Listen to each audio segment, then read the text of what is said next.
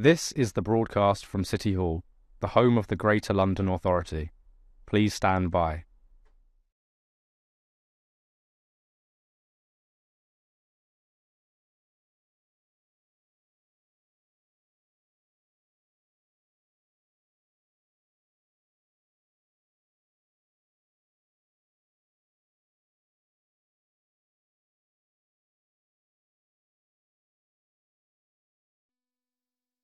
This is the broadcast from City Hall, the home of the Greater London Authority.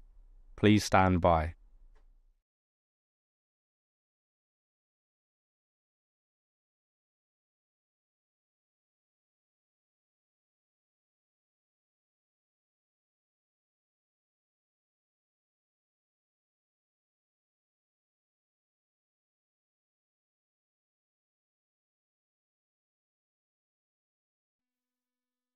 This is the broadcast from City Hall, the home of the Greater London Authority. Please stand by.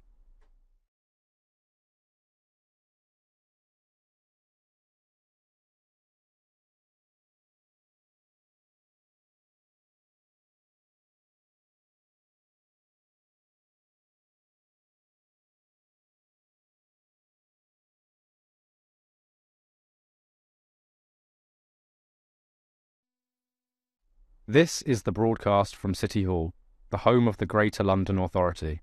Please stand by.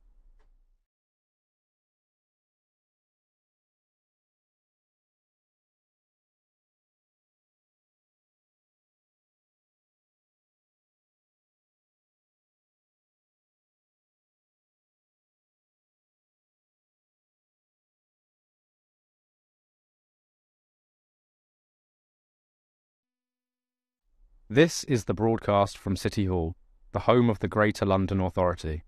Please stand by.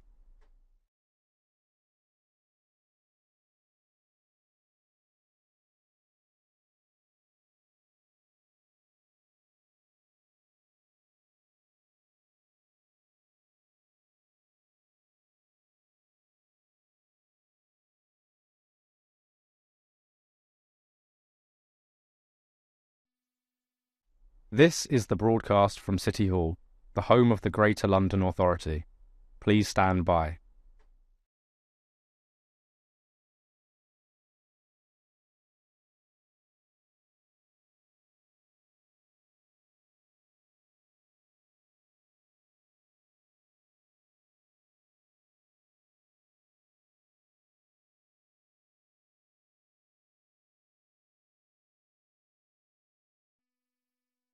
This is the broadcast from City Hall, the home of the Greater London Authority. Please stand by.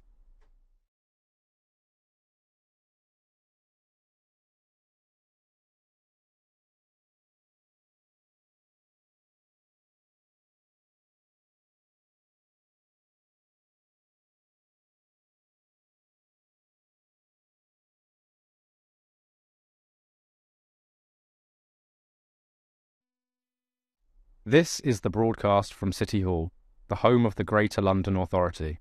Please stand by.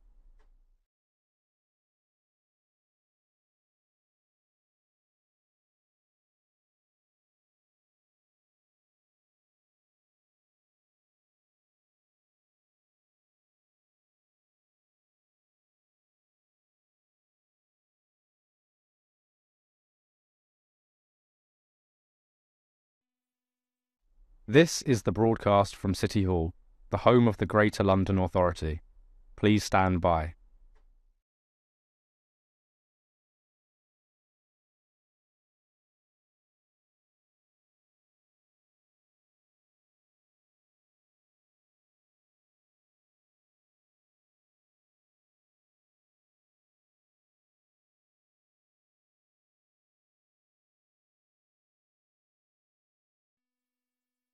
This is the broadcast from City Hall, the home of the Greater London Authority. Please stand by.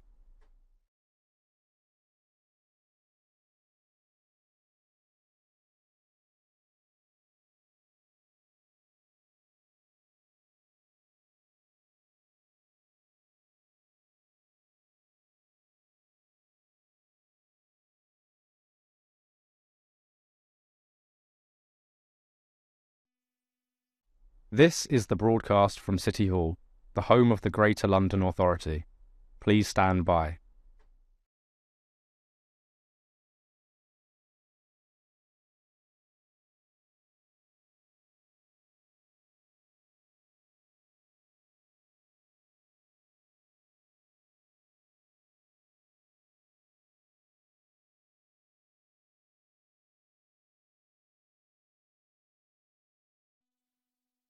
This is the broadcast from City Hall, the home of the Greater London Authority. Please stand by.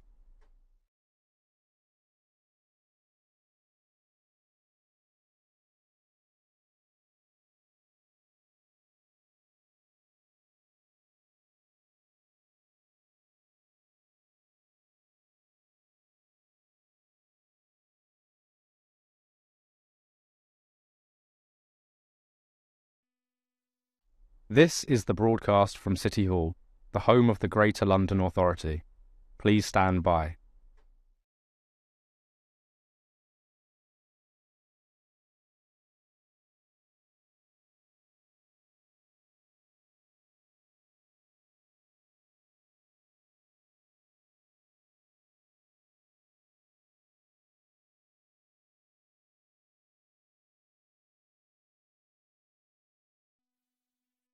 This is the broadcast from City Hall, the home of the Greater London Authority. Please stand by.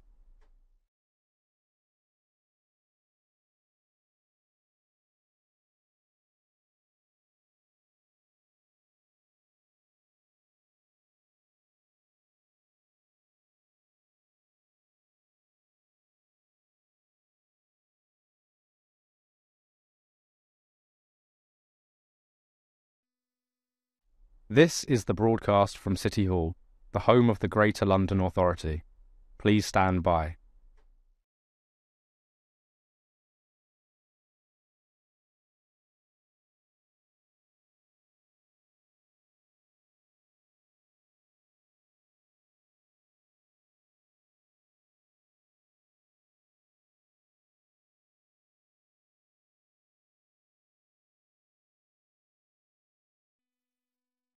This is the broadcast from City Hall, the home of the Greater London Authority. Please stand by.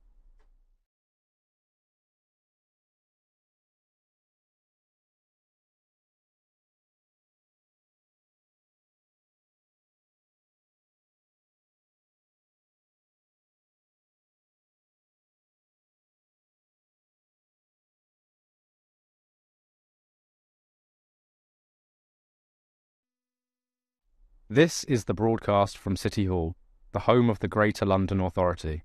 Please stand by.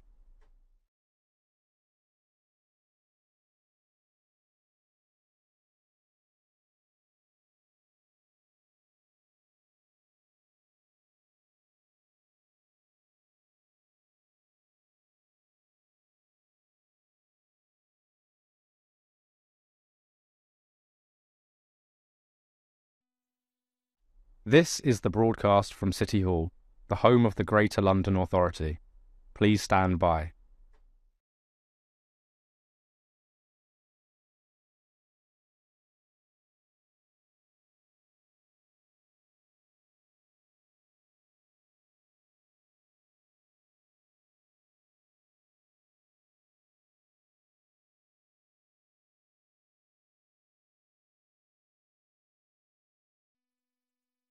This is the broadcast from City Hall, the home of the Greater London Authority.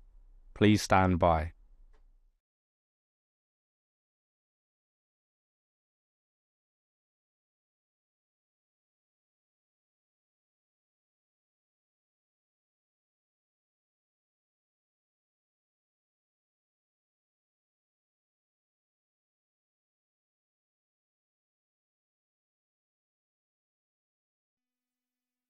This is the broadcast from City Hall, the home of the Greater London Authority. Please stand by.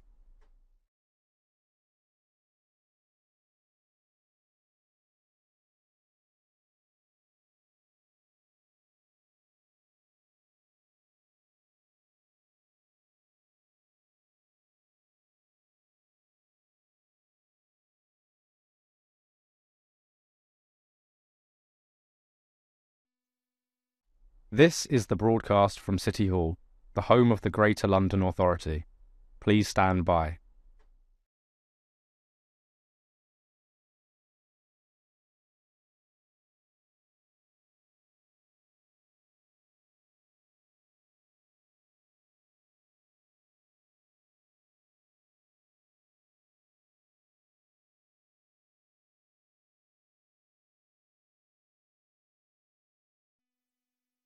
This is the broadcast from City Hall, the home of the Greater London Authority. Please stand by.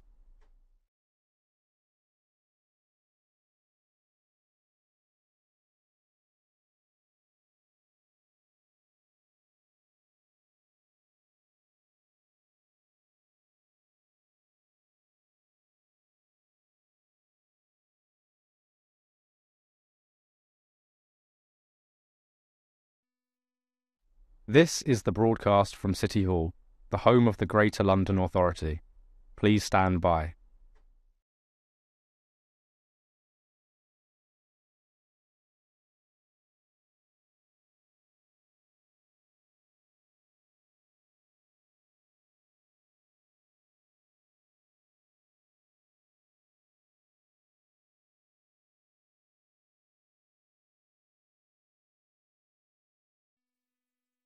This is the broadcast from City Hall, the home of the Greater London Authority. Please stand by.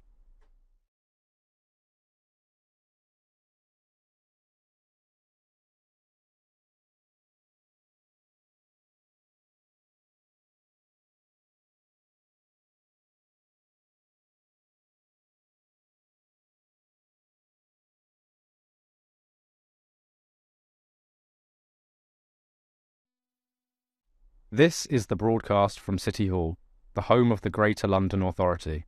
Please stand by.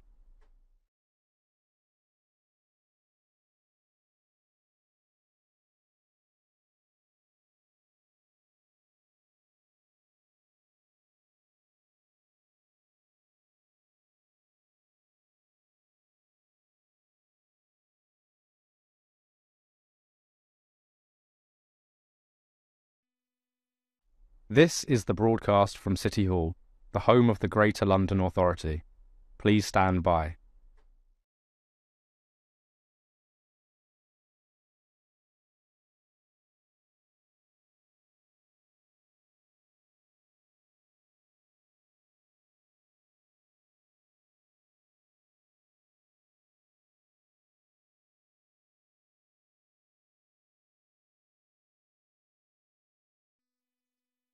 This is the broadcast from City Hall, the home of the Greater London Authority.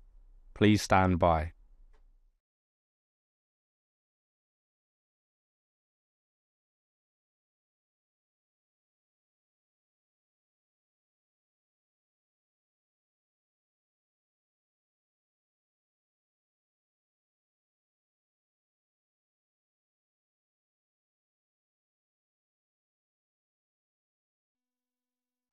This is the broadcast from City Hall, the home of the Greater London Authority. Please stand by.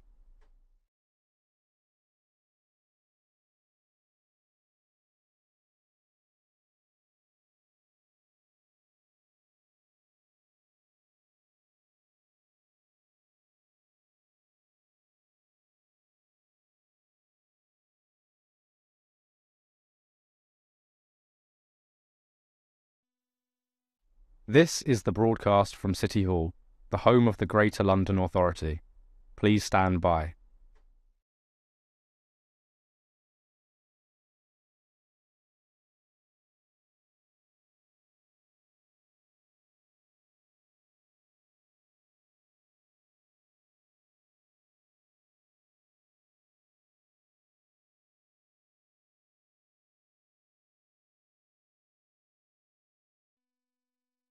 This is the broadcast from City Hall, the home of the Greater London Authority. Please stand by.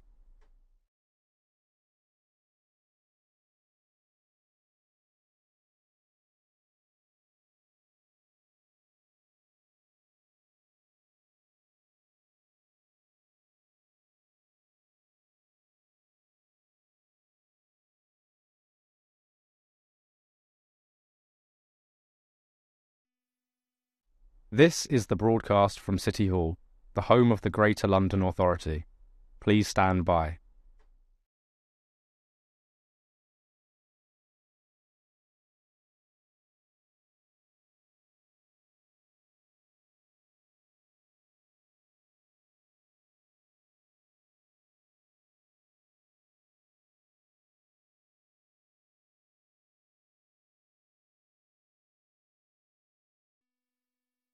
This is the broadcast from City Hall, the home of the Greater London Authority. Please stand by.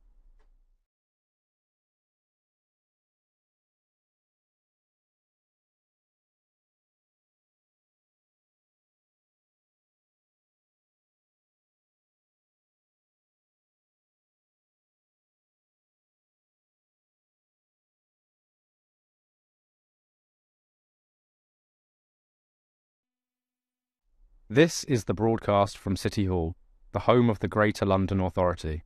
Please stand by.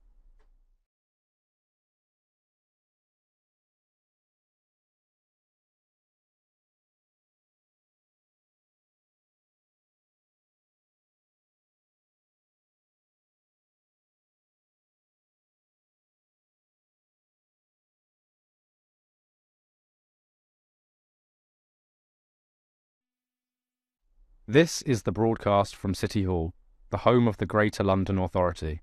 Please stand by.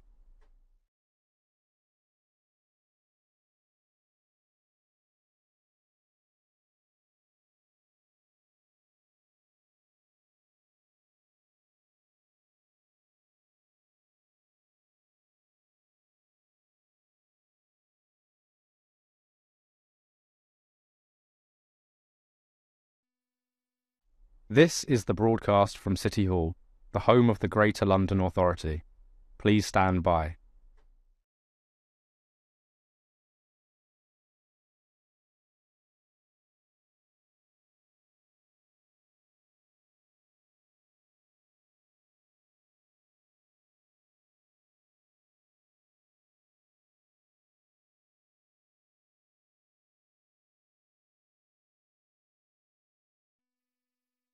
This is the broadcast from City Hall, the home of the Greater London Authority. Please stand by.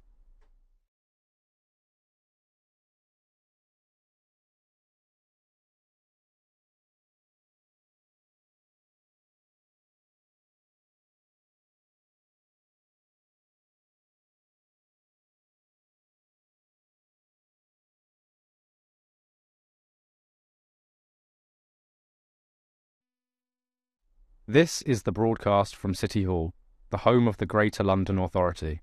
Please stand by.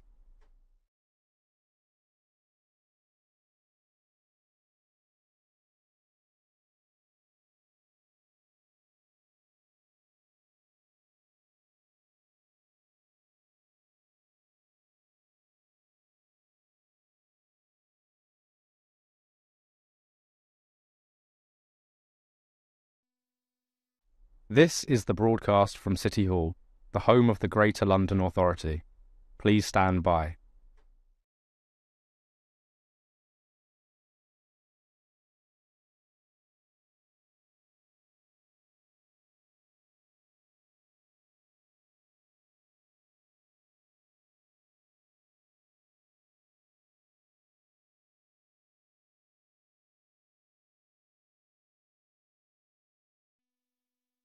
This is the broadcast from City Hall, the home of the Greater London Authority. Please stand by.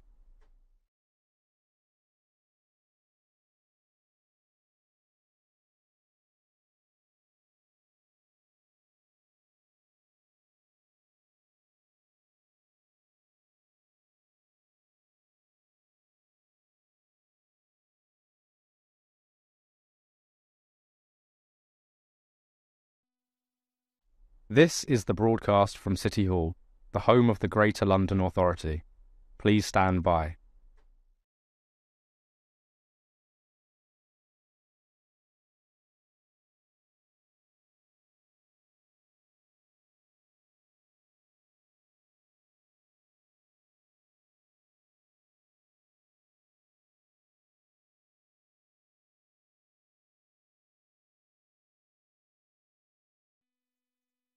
This is the broadcast from City Hall, the home of the Greater London Authority.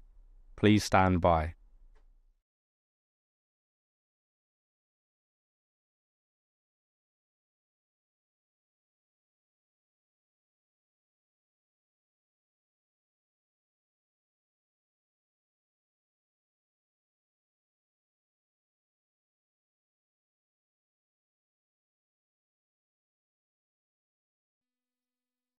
This is the broadcast from City Hall, the home of the Greater London Authority. Please stand by.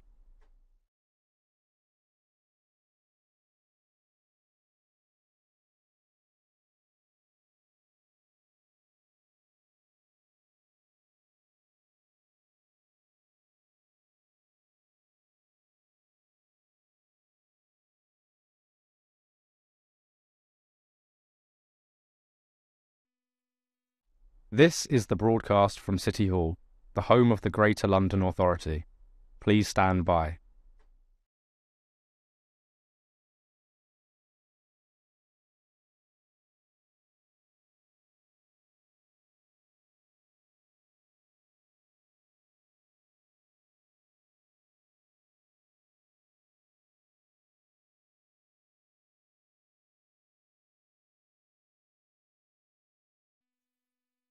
This is the broadcast from City Hall, the home of the Greater London Authority. Please stand by.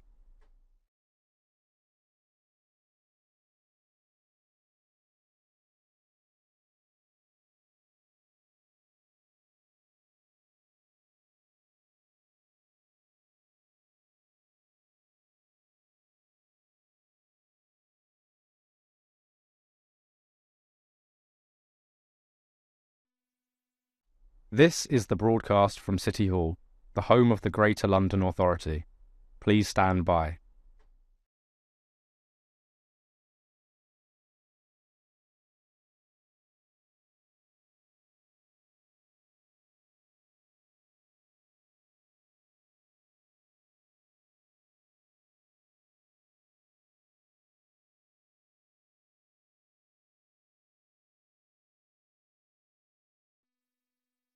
This is the broadcast from City Hall, the home of the Greater London Authority.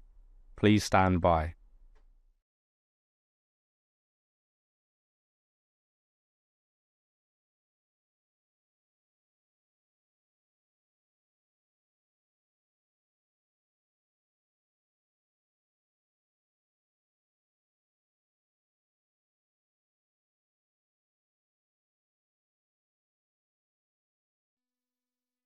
This is the broadcast from City Hall, the home of the Greater London Authority. Please stand by.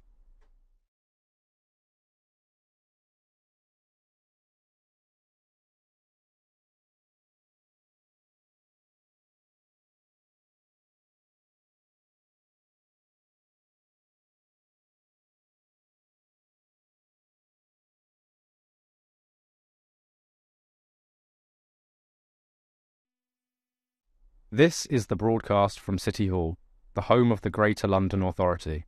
Please stand by.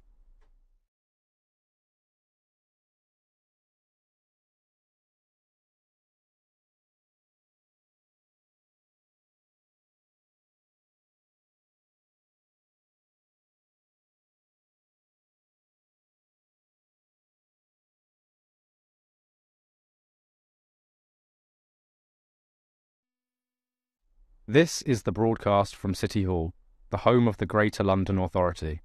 Please stand by.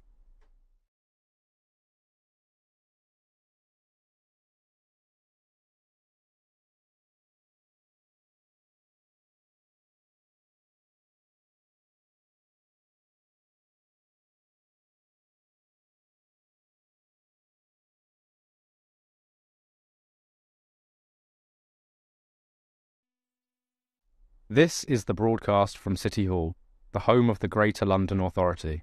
Please stand by.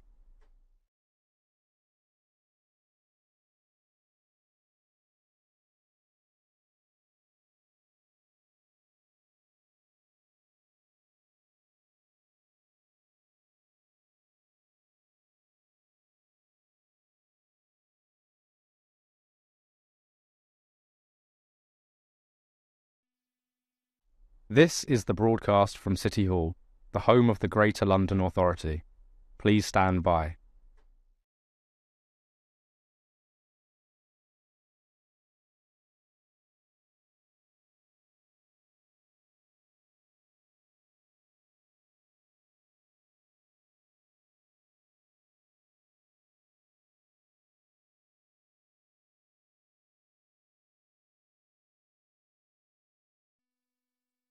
This is the broadcast from City Hall, the home of the Greater London Authority.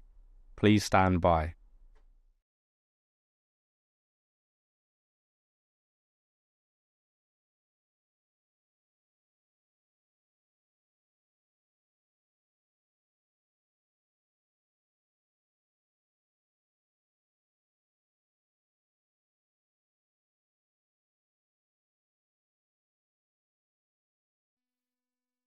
This is the broadcast from City Hall, the home of the Greater London Authority. Please stand by.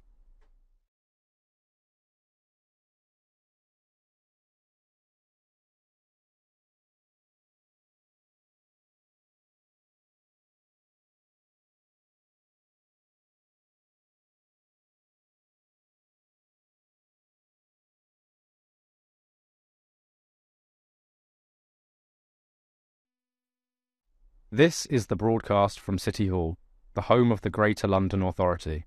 Please stand by.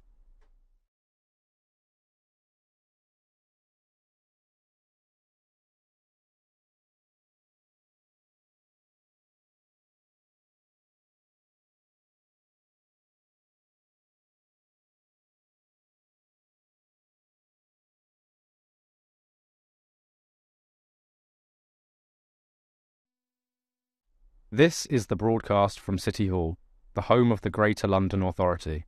Please stand by.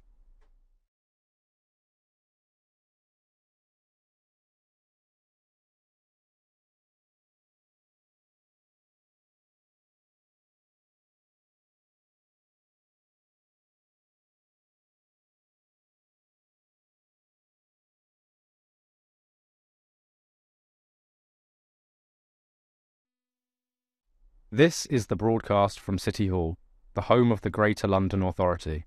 Please stand by.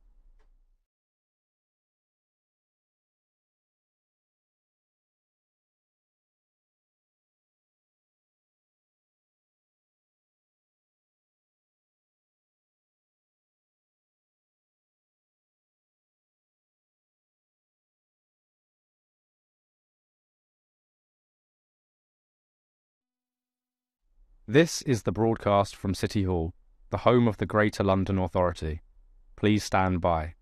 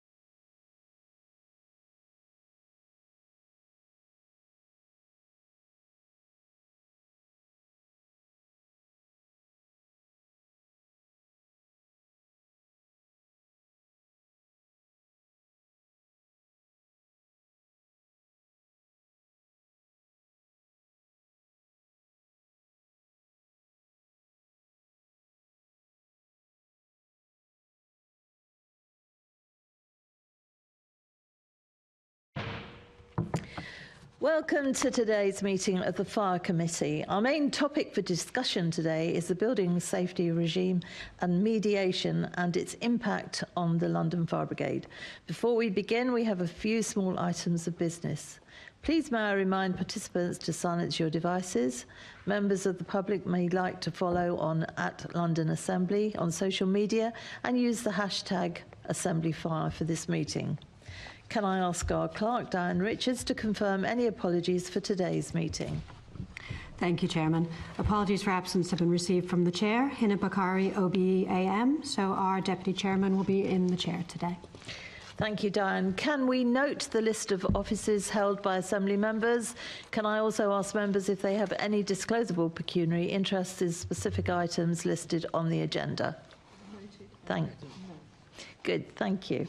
Can we confirm the minutes of the meeting held on the 3rd of December 2024? Thank you. Can we note the completed, closed and outstanding actions arising from previous meetings of the committee and the additional correspondence sent and received? Thank you. Can we note the response from the Deputy Mayor of Planning, Regeneration and the Fire Service to the committee's letter to the Mayor on the Grenfell Tower Inquiry Part 2 recommendations? Thank you. And so we now move to the annual documents prepared by the London Fire Brigade in accordance with the Fire and Rescue National Framework. The LFB Budget Submission 2025-26, which forms the efficiency plan and includes the medium-term financial strategy and the reserve strategy and the Statement of Assurance 23-24.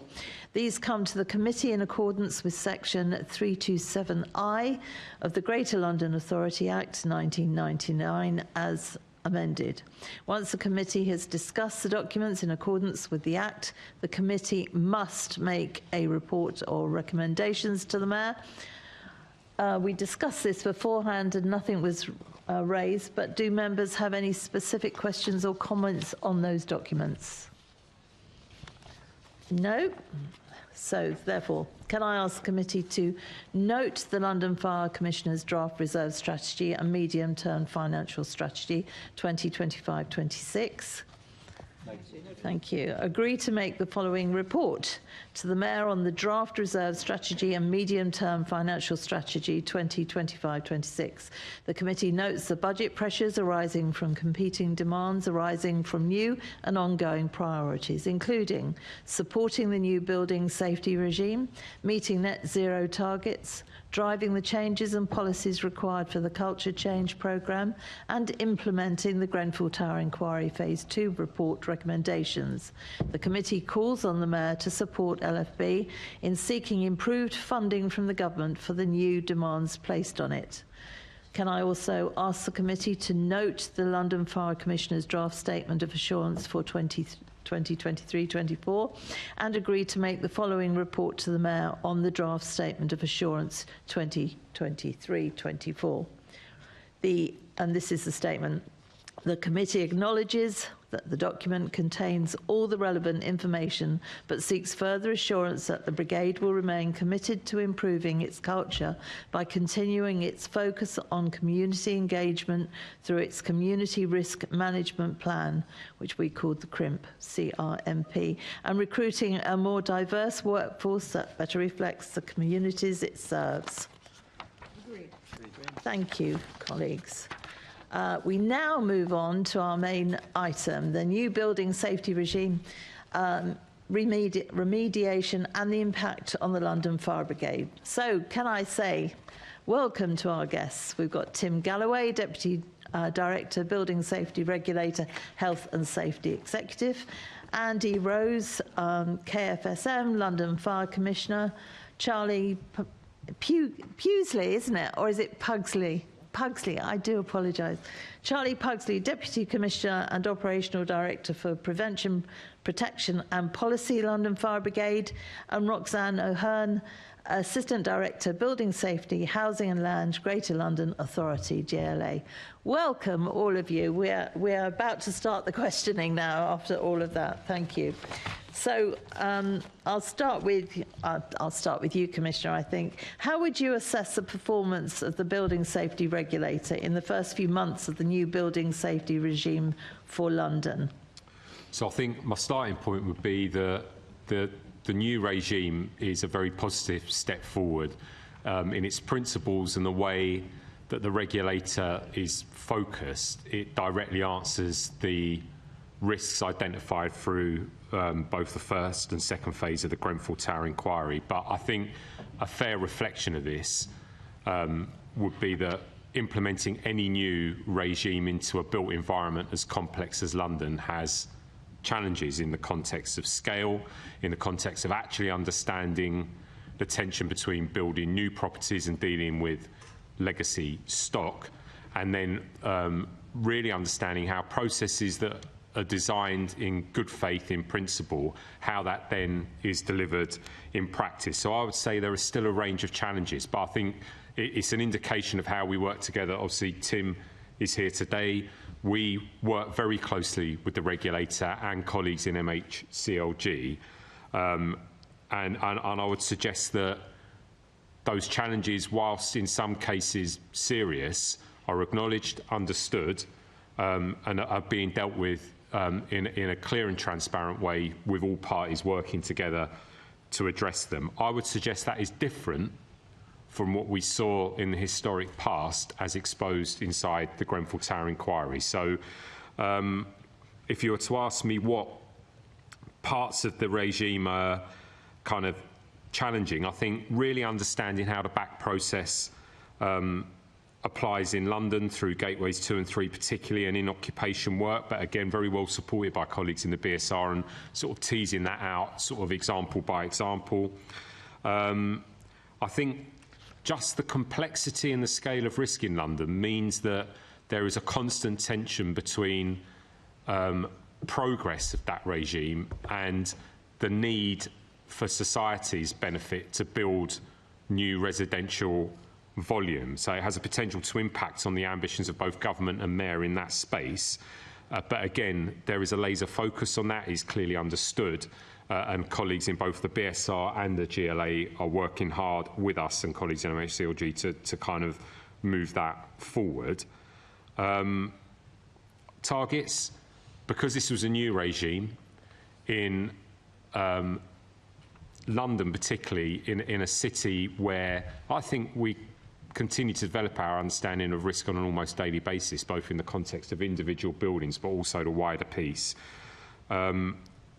We don't think the initial assumptions were necessarily realistic, but again, you know, to be fair to my colleagues in the BSR, they've been really kind of clear from the start that these are under review, that as we become more mature in the process, they will probably need revision, and that may well bring us to questions of resourcing, which I know we'll talk about, I think, at length within this committee, because actually capacity and resourcing are probably the biggest challenge in terms of how we move this forward. And then, I mean, I don't know if you want to take a break there, because there are other headlines within this. There are, and we're going to come to some others. Can I ask anybody else, Charlie, Tim, or Roxanne, is there anything that Andy has left out of that?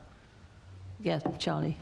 Again, I think we'll come to it later, but things that perhaps we couldn't foresee. I know the Commissioner spoke to this last time about, for example, buildings under the old regime that came up in the last committee briefly, where the approved inspector is no longer trading, and then they have to move within the new regime, and that soaks up a lot of time and capacity, because ultimately that's people in our communities who are waiting to move into these homes, and we've got to make sure they're safe.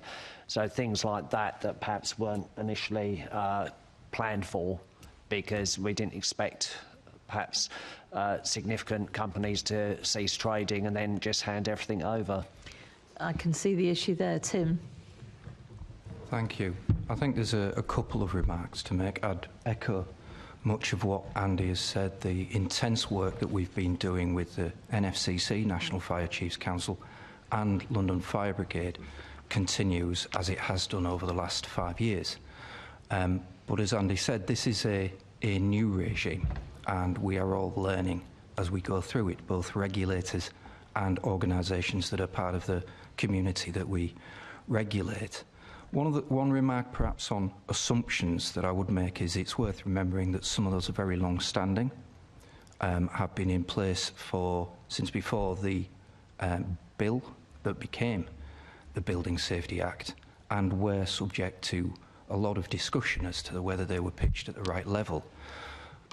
Andy mentioned, or Charlie mentioned, for instance, things that couldn't be foreseen and started to undermine some of those assumptions, like the failure of or withdrawal, I should say, of a large building control concern that placed a lot of pressure, not only on the colleagues in the fire and rescue services, but on the BSR itself, and put a lot of work part way through completion of those buildings into the system.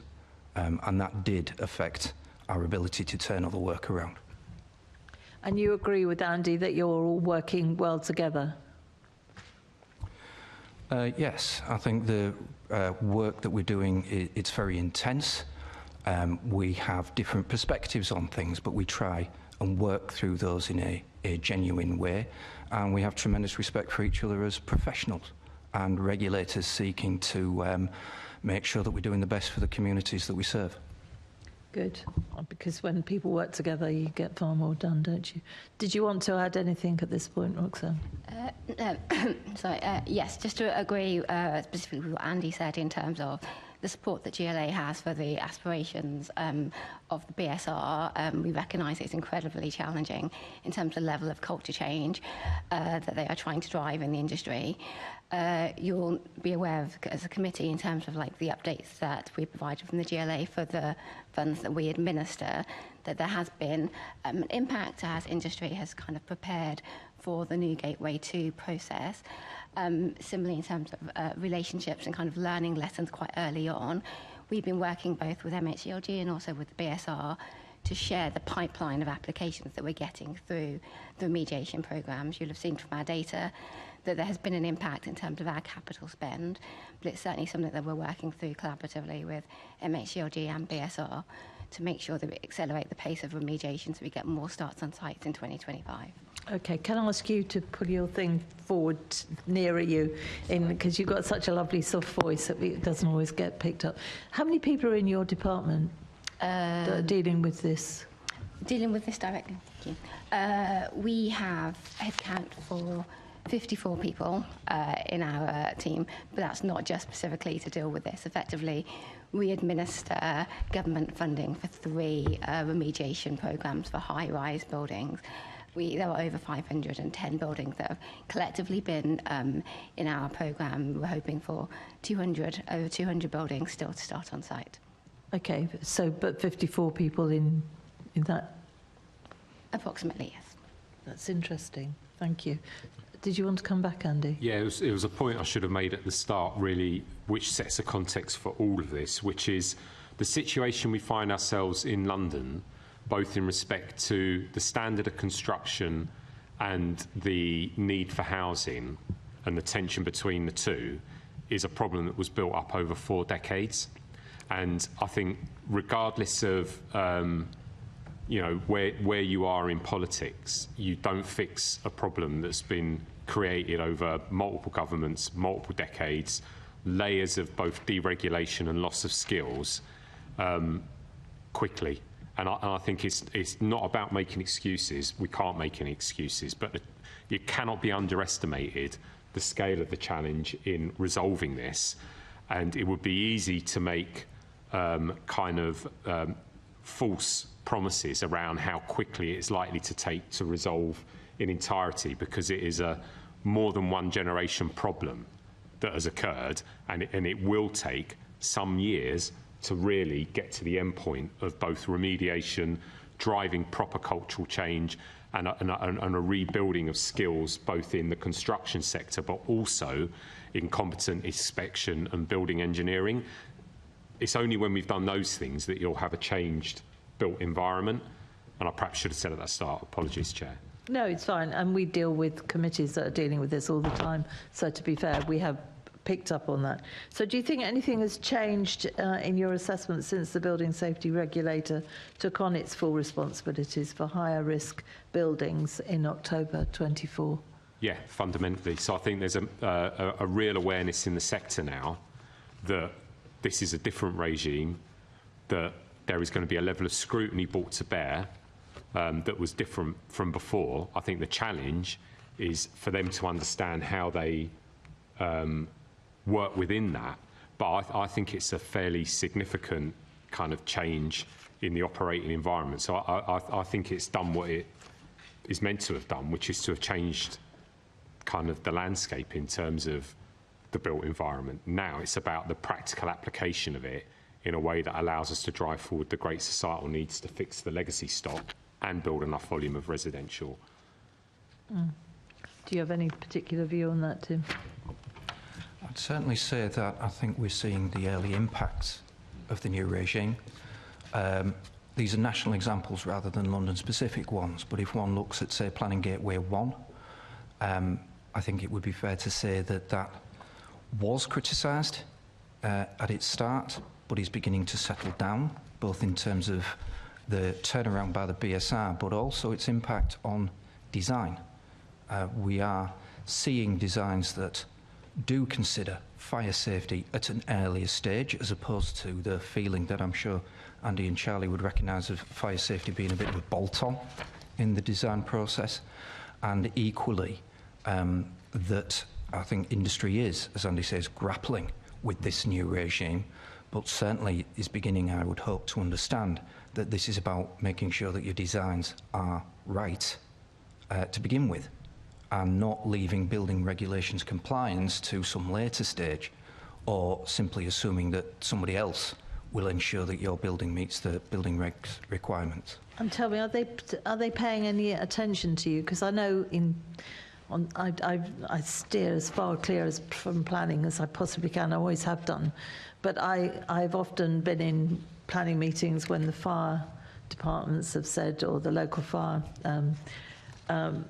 officers have said, no, this isn't right, and they've been ignored, as have police officers when they've said you're building in problems there, and they've been ignored. Are you still being ignored, or are people paying more attention to you now? I would hope that we're not being ignored, certainly.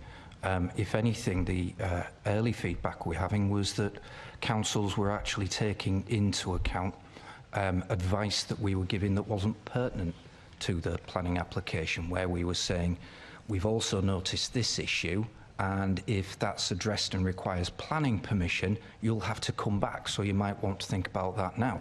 Some planning bodies were actually assuming that that was planning advice, and were turning applications down not on our substantial comments, but rather on some advisory comments that we put in to try and help the applicant with later stages. And that suggests attention was being paid to what we were saying. Good, because it should be. I'm on your side on this. Yes, Andy.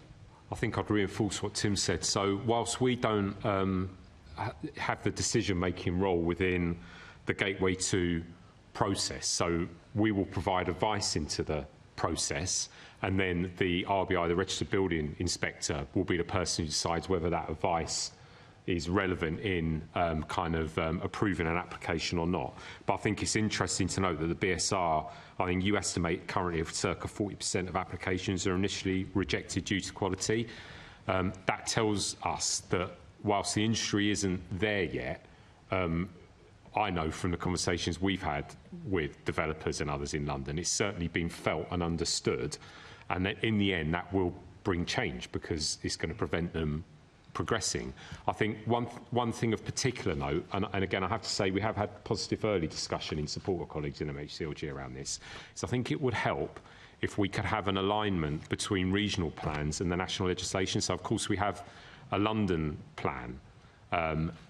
We would argue that for the London specific environment that's very important in terms of the kind of safeguards it builds into design. We would like to see some amendment to the regime to allow for mandated regional variation that kind of recognises, certainly in London's case, the very specific circumstances we are operating in, or some sort of London Building Act that would perhaps recognise it. So if that's a particular point within the regime we'd like to see addressed, because at the moment we've got a disconnect, and that is an area where if you were a particularly tricky sort of developer, you might argue that there's a lack of alignment between the national and what they're being asked to do in London.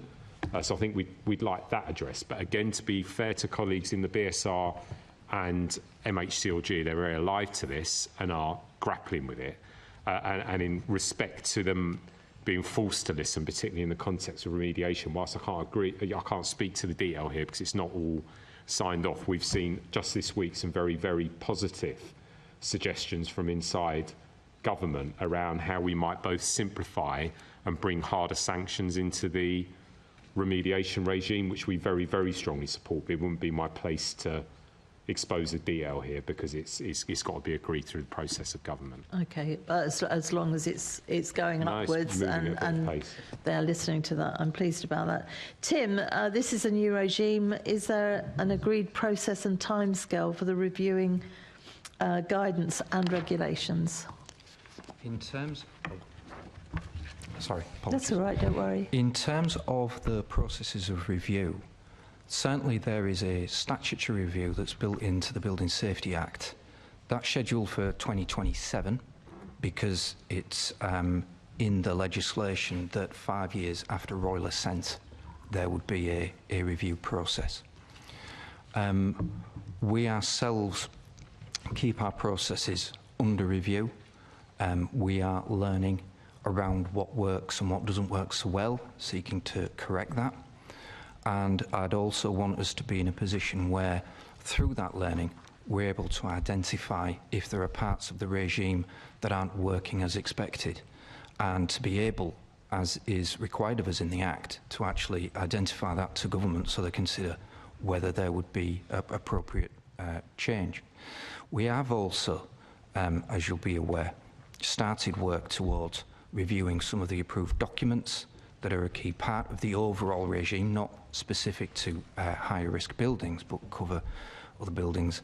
And that's in part to respond to the Grenfell Phase 2 report, but also something that I think is quite key in a piece of work that we would want to do and take forward anyway, to make sure that those materials, those approved documents, are supporting activity that developers and others want to take forward. Okay, anything specifically that you've identified as a gap already? I wouldn't want to talk to detail, but one of the things that I am conscious of, for instance, is that as a regulator, I can focus in on particular buildings, but I can't necessarily take that step back to focus on the organisations that run them. And that might be an area that certainly we've spoken with other regulators as to how they may be able to assist in that. What I wouldn't want to do, obviously, is go into more detail about conversations that may be taking place within MHCLG about how they see legislation going forward. Okay, but if you identify things and you are specifically concerned and nothing is happening, where will you voice that concern other than the department? Where would you be able to do that? It would be right and proper that we raised it with the department. And supposing you don't get the response from the department you need, what would you do then? I think we would need to respect the fact that the department would put proposals to ministers, and ministers would make a decision as to whether they were comfortable with powers being given to a particular body, with certain parts of legislation being changed. I wouldn't want to be in a position where, as part of the overall central government system, as HC is, that if we don't get what we feel we ought to have from our conversations with government ministers, that we go to some other source. I don't think that would be appropriate. Okay, that's lovely. Any colleagues with any follow-ups? No. Oh, Charlie. Sorry, Chair, I just think it's worth adding, the Commissioner touched on it earlier, but part of the work is we've been quite vocal about the need to, as well as if some of the strategic changes, some of the operational changes, particularly with the capacity issues the Commissioner spoke to, it's essential that we look to get efficiencies in the day-to-day things as well, because it's almost like you're getting additional work for free almost if you just improve those processes. So we're working with colleagues in the BSR to try and create a forum where we can hopefully push that forward at pace, because it is an end-to-end piece, because the things the Commissioner said, it's a huge change, and it's not just a single point legislation and strategic level, it's also about what our staff are doing on the day-to-day piece, and we have to realise those opportunities as soon as possible. Yep. I think we can give a bit more detail on that. So obviously we are the people who are on the ground, both in terms of response and the practical day-to-day of assessment, advice giving, inspection. We're in those buildings all the time. So we think we've got quite a good idea, having grappled with this for some time, as to what practical changes could be made. And reflecting what I said earlier, we've had very positive engagement recently with colleagues in MHCLG and GLA around this. But the sort of things we've suggested are, for example, fixed penalty notices, so that you're not having to go into a litigious environment to force change. You start with a kind of requirement for compliance, which I think the Building Safety Regulator has done well, actually. So if you take that standard set for compliance, why not just apply PCNs to save the burden of bureaucracy, cost and legal fees that go with it, and place the pressure back into the built environment that way, or developers rather, to kind of meet the need of the new regime. Charlie's just spoken to this, but we're currently agreeing the terms of reference for an operational forum that allows us to bring practical suggestions in and get them acted on quickly, and we've seen some kind of communication about that this week actually as well. So I do think we're being listened to, and that there does seem to be a much greater focus since actually the National Audit Office's report into the scale of the risk in November, a real focus on practical change, which we will do our bit to make sure that intent is maintained. Good, good. Okay. Well, we're picking up on lots of different issues. If at the end of the meeting there's things that you suddenly think you haven't mentioned, then we'll pick up on that then. Okay, we're now going over to Assembly Member Clark. We're asking questions about the LFB working with the BSR. Yeah, thanks, Andy. I'm going to come to you first. And you've partially answered this, but I feel like there's more. What impact has the new building safety regime had on the LFB? The impact really is one of capacity and resourcing at every single level, from me and Charlie. We're strategic leaders responsible for the single largest regulator of fire safety in the country, along with big bits of the response of what is also the busiest and largest emergency fire and rescue service in the country. So it's really capacity and resource from top level right down to operational level. And there was no way of avoiding that, because this is a sea change to the construction sector, to the built environment. So I'm not complaining about it. We welcome the coming of the BSR. We welcome the new regime. But it would just be it would be incorrect not to be absolutely transparent. This has had a massive resource impact on us. Charlie and I, for example, spend an awful large amount of our time advising government, working with government, meeting with all interested parties, getting into the detail to try and make sure that we get this right generationally, because it would be unforgivable if we didn't. As someone who spent so much time with bereaved and survivors and heard their view on this, and they've become their own experts, it would be unforgivable to fail in this space.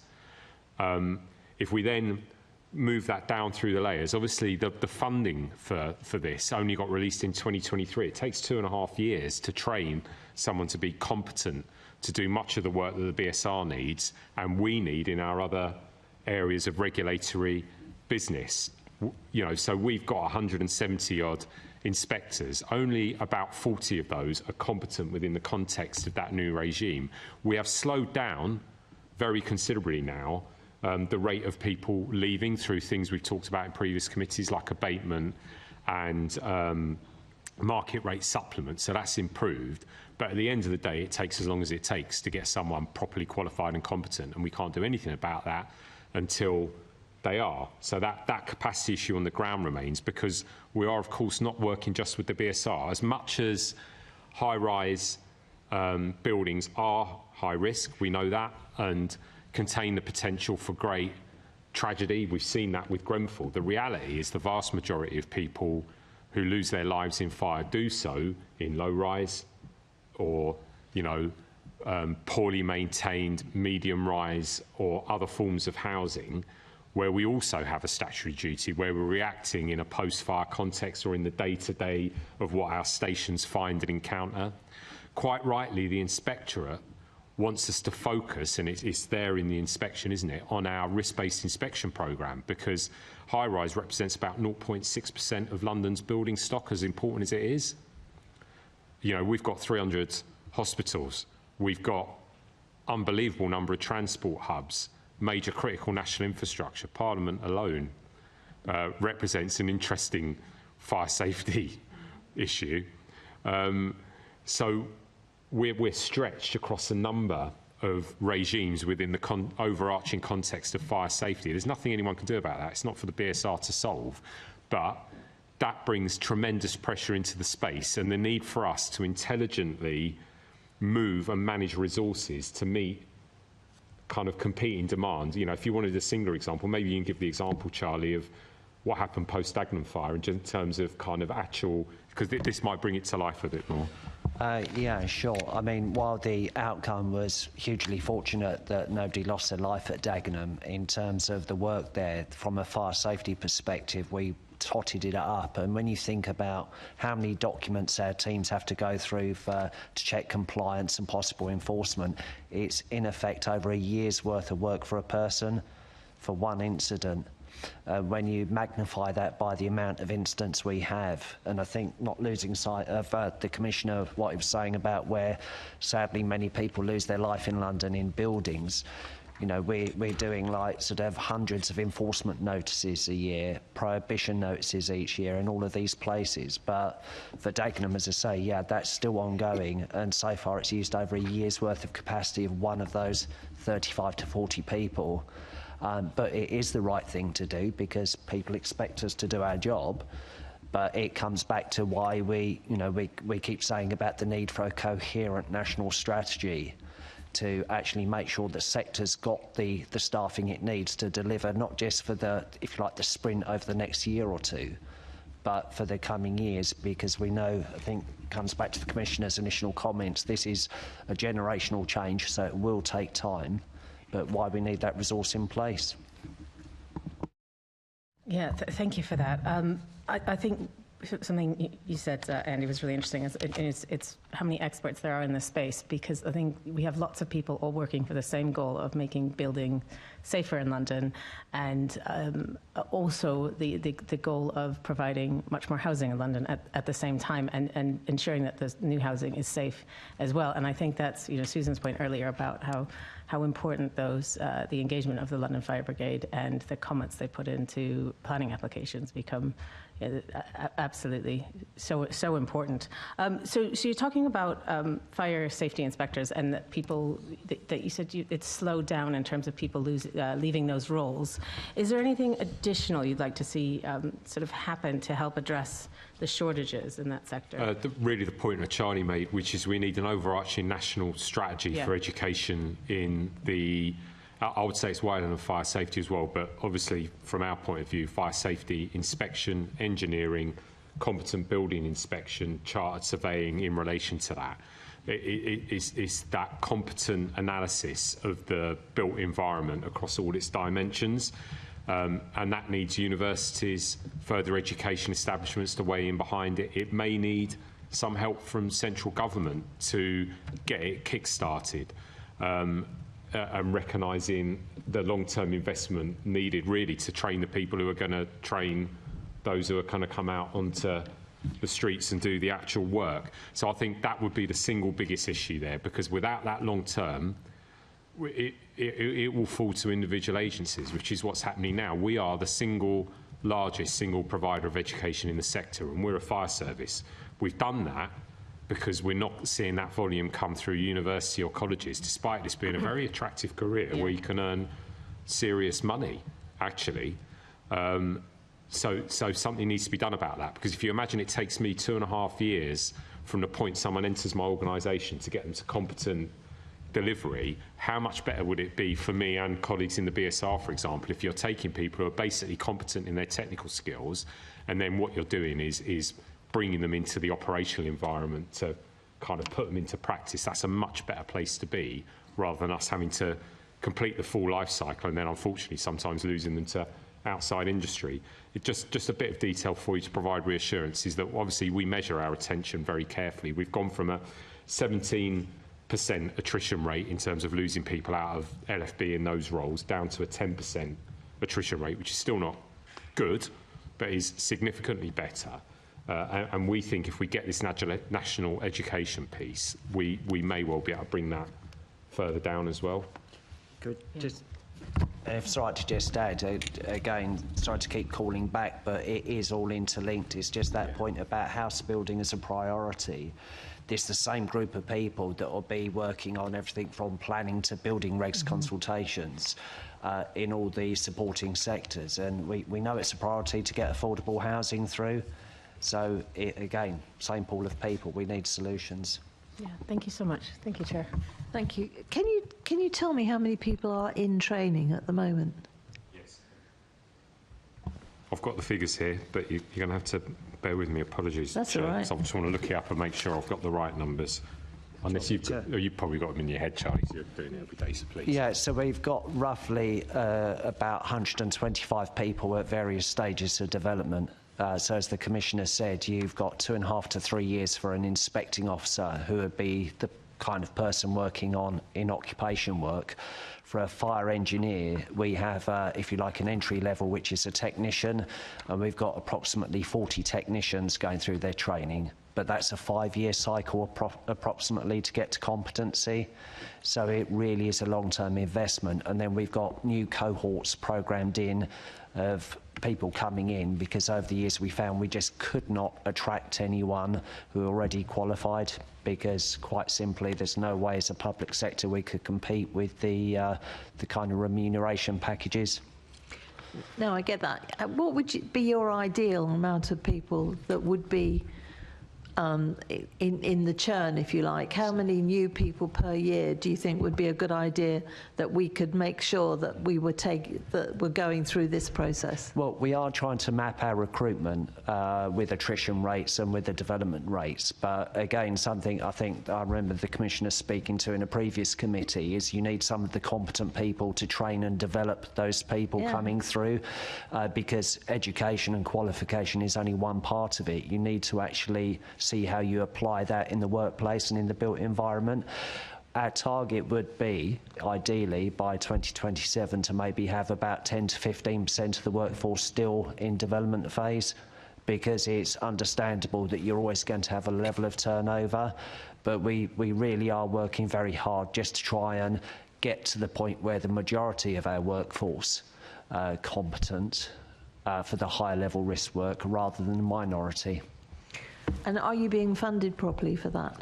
Because the cost implications to that education. Yeah, so far actually across different governments as well. So obviously we had the previous national government, we've now got the current national government. The grant funding that's ring-fenced for fire safety has rightly been maintained. I suppose our ask, which was the same to the last government before the general election and is now being made into this government, is that needs to be baselined. It needs to become part of normal business rather than year-on-year grant. It needs to reflect in the comprehensive spending review, and it's got to be linked to inflationary costs for us to maintain this effort. It's in the tune of around just over £11 million a year at the moment. If we continue to get that level of funding, we will be able to continue broadly to be able to maintain the throughput of trained professionals. My bigger issue at the moment is making sure we keep hold of them, and as you quite correctly identified, we keep the pipeline in the right number. So at the moment we're at the wrong end of the spectrum, aren't we? We've got kind of 70% of them are untrained and we've got 30% doing the training and the work. We need to flip it the other way so that out of 200 odd, kind of in broad figures, trained professionals, we've got at any one time between 20 and 30 people training. So it's the other way round. We will get there if we maintain current process by around 27 with the attrition rate we've got. But we do need the money to carry on to do that. If that money got turned off, we would have a very serious problem. Well, you would, because you'd be halfway through. So what does the Deputy Mayor think about that? Because it needs to be in the base funding. Very strongly supportive and has made representation to government on that basis, as have we. And again, to be fair, both with the previous government and this government, that has been listened to. It's been more about timing, budgets, and when that gets confirmed in the context of comprehensive spending review. Well, given we need to be building so much more, it's absolutely vital that we get this. And it's not just London either. I suspect you're training people that then go all around the country. Yeah, I mean, we don't have capacity to lend out elsewhere at the moment.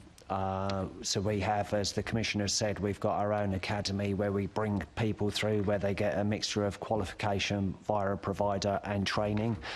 But I think there's a broader challenge as well in terms of just making sure there's enough providers. And again, I know it's come up in committee before, but we've had a university that actually stopped doing fire engineering qualifications for a year, or they say they've paused it. So this comes back to the point the Commissioner's made about a national strategy and support for it, because you can create bottlenecks at different places through the system, and it's essential in terms of safe built environment and housing that we just make sure that we keep that pipeline flowing. Well, also, it's all very well if you train them, you can't assume they'll stay here, because if somebody in Yorkshire thinks, right, we'll just add an extra 10k to their salary, you are going to have gone through all that training and they're going to go, because lots of people will go where the money is. Cool. Okay, all right, thank you. I think sorry, I find it fascinating. I think that's finished that particular section. We're going to go on now to progress on remediation, cladding removal, and Assembly Member Polanski. Thank you, Chair. No need to apologise. It was really interesting. Roxanne, what is the current progress around mediation for high-rise buildings that the GLA oversee? So as you're aware, the GLA administers 3 government funds for high-rise buildings in London. As of last year, we have delivered over £1 billion of capital spending for remediation of those buildings. We've had over 510 buildings in London in our programmes, and 205 buildings have completed work across those programmes.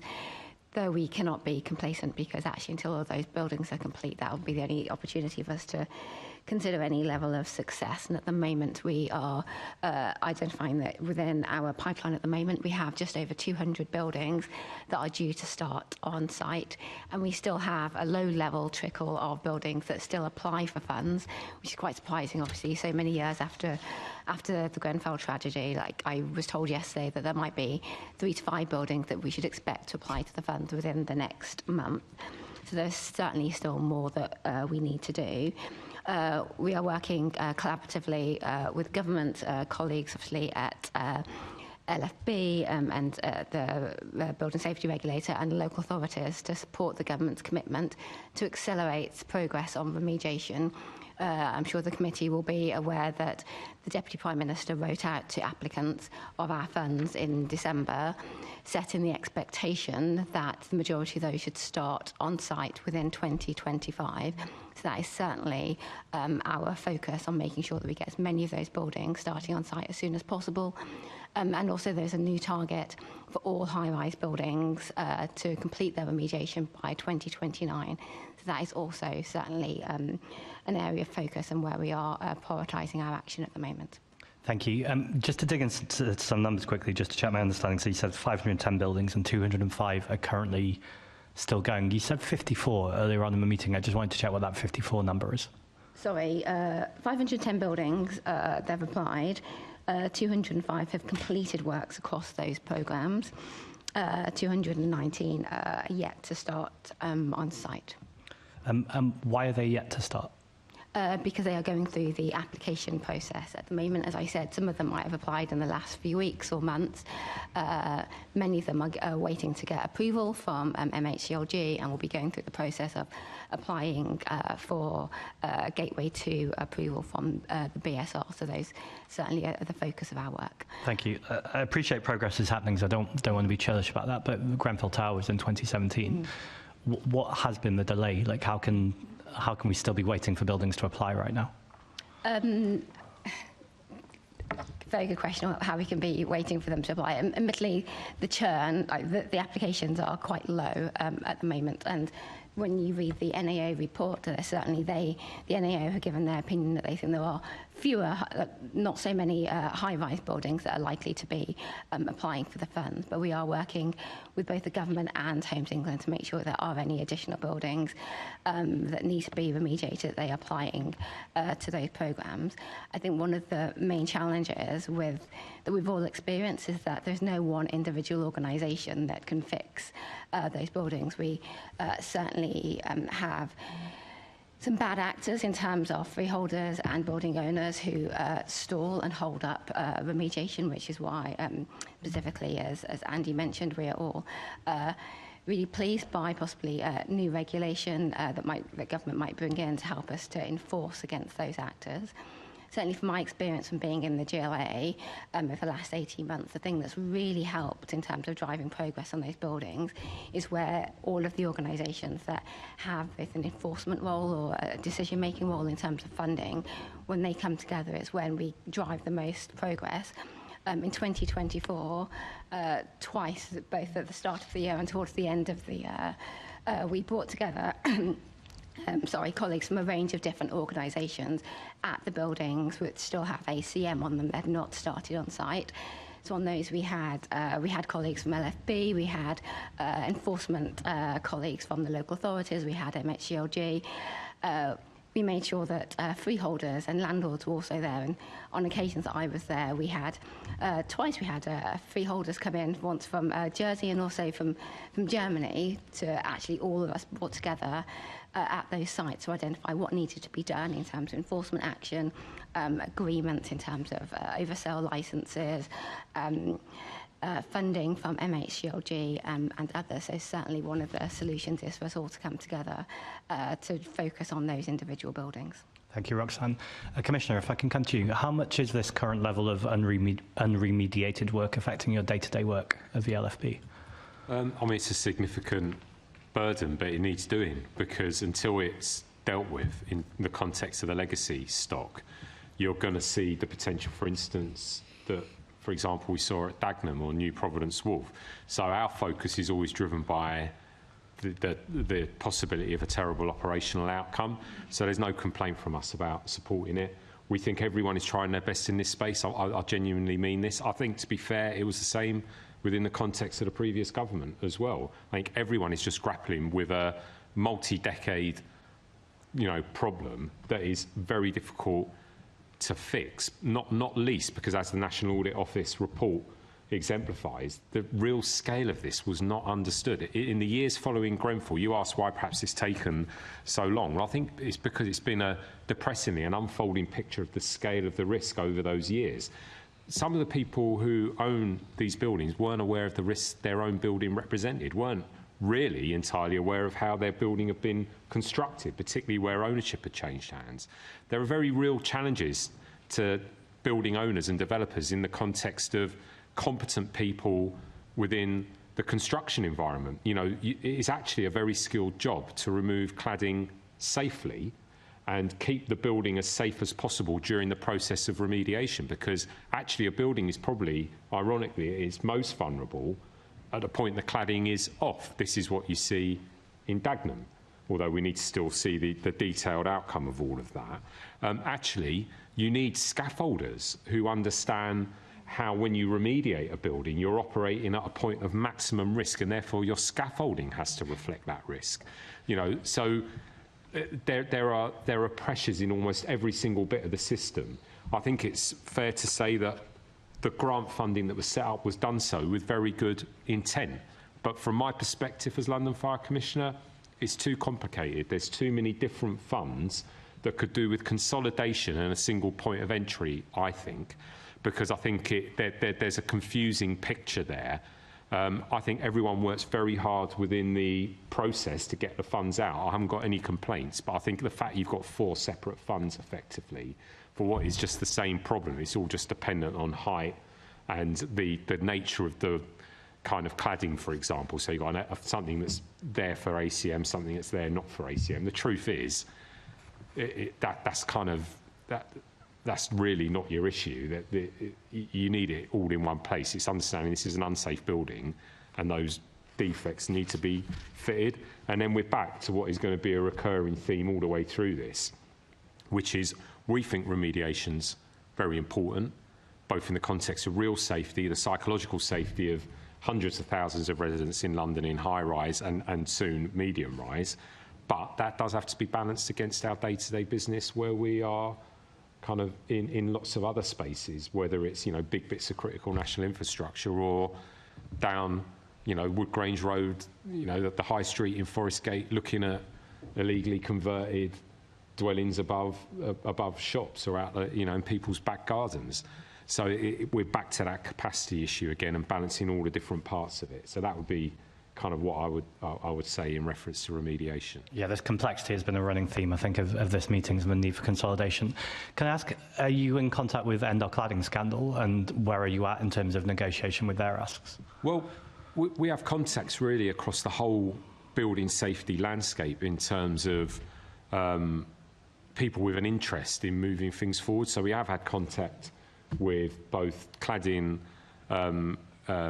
campaigners, as much as we do with disabled Londoners and the people who kind of represent their voice, as we do with bereaved and survivors. So there's almost continuous effort to try and engage as much as possible with colleagues in that environment. So I would just say ongoing, really, and we listen carefully because people within those kind of representative groups very often understand the best the pressure it's bringing on residents, and that can then play specifically into some of the challenges around remediation. You know, if you're, you know, if you've exercised right to manage, for example, in a block, if you've got a shared freehold, actually, how do you get to the funds to remediate your block? Who's helping advise you in terms of that? Because these are often ordinary residents working together. And there's more benefits to that from my point of view, if I'm honest, because people generally have a vested interest in making their own building safe. So that's something we would encourage in the built environment. But obviously there's a very real challenge then to bringing forward what can be very costly schemes to remediate a building that need really good technical advice from the earliest point played into the process. Everything from, you know, your scaffolding to whoever you contract in to what the building needs to look like at the end, or even identifying the risk in the first place. I have some questions about Waking Watchers, but I won't preempt the meeting. I'll come back to it. Finally, Roxanne, can I just ask if you've had any engagement in terms of the GLA with Endor cladding scandal recently? We haven't had any recently, but obviously we do reflect and note kind of the feedback that they give us individually on specific buildings where their buildings might be in the funds. So we haven't had any specific direct engagement with the group, but we have with individuals where their applications are within our funds.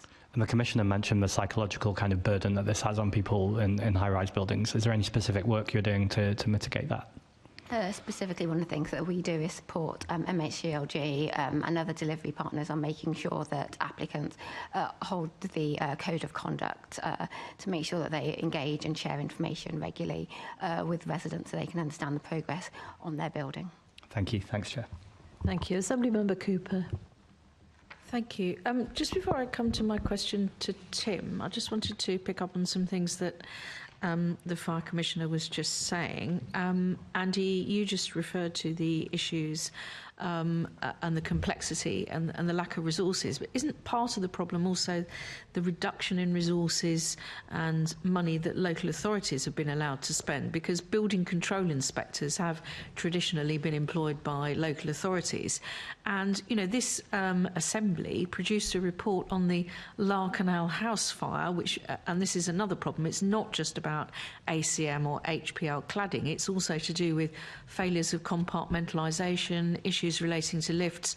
You know, we went on a visit from this committee with Charlie Pugsley, who's here today with us, where we saw absolutely appalling defects in a property. So it's quite widespread, and doesn't it also require resourcing from the other side so that as new buildings are being put up, you know, it's almost 8 years since Grenfell, some buildings that have gone up since then that are themselves defective? Yeah, so the simple answer is yes. Because, and I mean, it's part of the wider point I made earlier, which is you have to see this system as an end-to-end process from the skills that people bring into the environment to actually construct. So proper apprenticeships, national centres of excellence, and we welcome the Secretary of State for communities, local government and housing's announcement there's going to be regional hubs focused on construction skills. So the first thing is you need people who can just build it safely and properly. You then need every single stage of the kind of inspection process, whether it's in respect to fire safety, the building safety regime, or local authority planning, competent people. There is a big question for government laid out in the second phase of the Grenfell Tower inquiry report around whether the construction industry and society has been best served by the privatisation of competent building inspection and what that's done to the numbers of local authority registered inspectors, and whether that whole system needs a look at it. I would expect, obviously, in the announcement the Prime Minister is going to make in respect to Phase 2, they will have and provide a view on that. I mean, perhaps to answer your question, I want to give you some numbers. So we've got 1,329 buildings as of 30th December 2024 that are in simultaneous evacuation in London. Actually, only 179 of them are ACM clad. There's 696 that are non-ACM clad. There's 315 that have compartmentation issues that have required them, or a combination of these issues, to maintain simultaneous evacuation. 88 with cavity barriers missing and inappropriate. 7 with structural issues. 13 with ventilation not working. 3 with other multiple faults and unknown issues, and faults identified via the high-rise building data portal. There's 28 of them where they kind of volunteered themselves across multiple areas of failure. So it shows you that you absolutely do need people at the very start of a construction process. And actually, if I wanted to give you a singular example where I think actually we worked really well with the BSR, understanding our different responsibilities to stop a building going into occupation at a very late stage, your point is well made, because if that had been assessed and inspected competently at an earlier point, we probably wouldn't be having to pick up the pieces of it and the very considerable amount of labour that is then required by limited resource. So this was the first Gateway 3 inspection we conducted jointly with the BSR due to the job having reverted from a privatised building inspection company failing. The 49.85 metre residential building, so that is a cynical gaming of it. So we're just underneath the 50 metre threshold. Oh, I'm surprised they didn't go for 49.99999. Designed before the London plan came into force. So it had a single staircase, because obviously it's pre-London plan, they didn't have to. No evacuation lifts, a basement, plant and car park, and separated commercial areas at ground floor with multiple residential above. So a 17-floor building. When we actually went in and had a look at that, and bearing in mind, and you know, this would have been subject to a desktop review within the regime. It's just that I think we're all alive to it, and we're picking up on where you've got markers, and we might need to do something a bit more intrusive. We would certainly visit. You had a sprinkler system that wasn't operable or installed to standards, so it didn't provide any water above the 11th floor. You had multiple different types of keys to access the firefighting lift when you're only going to have one. So you know, you had to go through levels of access to even get to the firefighting lift. Obviously, at 49.85 metres tall, you've got a dry riser installed instead, but at 50 metres you need a wet riser, so I want you to think about that. And the applicant can provide us the details of the external wall makeup, which is clad in something. And in respect to smoke control, the basement was provided with ventilation from each compartment as guidance recommends. So that was a building that was about to go into occupation. That gives you a sense of that's one building in London where we've managed to get to it. You know, and full credit to colleagues. I mean, you were very alive to this, but we are all grappling with these layers of problem: lack of competent inspection, lack of competent skills when constructing. This is the reality. Yeah, I mean, and you know, almost 8 years since Grenfell, you know, almost 16 years since Larkanal. You know, we've been looking at this for all of this period of time and producing reports on automatic fire sprinkler systems, all of these things which we have discussed many times with you. But you bring me on to the point that I wanted to raise with Tim, which is about the Gateway 2 applications. And you just heard from Andy, 1329 dwellings, and actually ACM 179, 315 compartmentalisation, which is quite a lot more, and yet of the 894 Gateway 2 applications received for existing higher-rise buildings in London, only 153 of those applications have been approved. What are the key reasons for the delays in the approvals, and why are things being rejected for remediation proposals, and what action can be taken to address this? Because it's still a crisis, but it's hard to talk about a crisis that's really been going on for so long. Thank you. The data that I have in terms of remediation applications currently is that we have 113, 85 are in process, 28 have been approved, 1 rejected and 2 withdrawn. That's nationally. And those data are fairly recent. We are prioritising Gateway 2 applications for remediation, but I think it's well known that the service had struggles in 2024. We took action with a view to alleviating that, and we are starting to see improvements. Struggled why? Do you want to just set that out for the committee?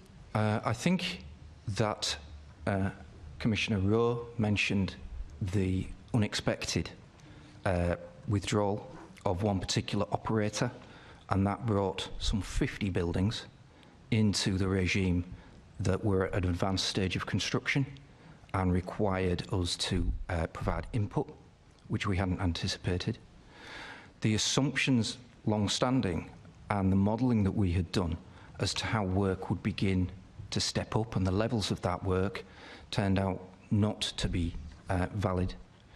Particularly, there was a greater extent of what we would call Category B works, more minor types of works than we anticipated.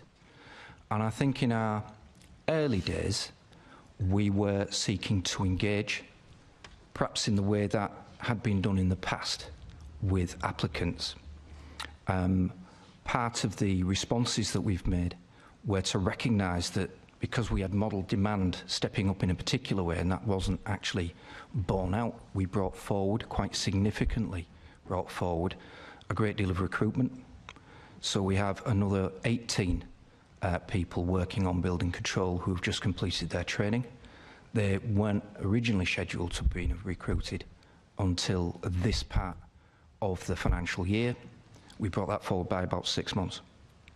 And those people are now on stream and able to take work forward. You'll be aware, somebody mentioned 40%. 40% of more general applications, I think, are not able to assure us that the functional requirements of the building regulations are being met. That's quite a worry, because that isn't about the new regime. That's about being able to show that your design, your intended building works will meet standards that haven't changed since 2010. That's the last time the building regulations were modified, and let's face it, those regulations have been around some time, so some of those requirements are indeed quite long-standing, going back to the 1980s. And reflecting on Commissioner Rowe's point, Gateway 2 enables us to stop that building work going forward in a way that wasn't available under the old regime in higher risk buildings. And that perhaps demonstrates some of the impact that the new regime is already having. Turning back though to remediation, we are prioritising remediation, which means that when a remediation application lands with us, it might delay other kinds of applications. But we will seek to turn that application around as quickly as we can. We do believe that our turnaround of those applications generally will improve. But equally, we don't want to send through a remediation application through Gateway 2 if the application doesn't demonstrate that the building regs are going to be met. And there are examples of applications where, unfortunately, for example, and these are anecdotal examples, but I think they're illustrative, the application didn't discuss whether the facade of the building was capable of taking the weight of the replacement cladding. So there'd been a focus on the fire safety elements, yes, because it was cladding remediation, but not on the structural elements. And equally, I'm aware of an application that didn't assure us, which meant that it can't have assured the applicant that the cladding that was going to be going back on was any better than the cladding that was going to come off. And I do just want to pause and emphasise that point too. I've been saying for a long time now, to the point where I even start to bore myself with this, that assuring the regulator through this process isn't the key thing. You should be assuring yourself, as the applicant, that your design, your proposals, meet the functional requirements of the building regulations. It is your duty, and indeed it always has been your duty, to comply with the building regulations. And to me, the key part of the process that needs to be gone through is that step back. Have I, as the applicant, assured myself that what I'm going to do meets the requirements of the building regulations? And then I need to assure the regulator.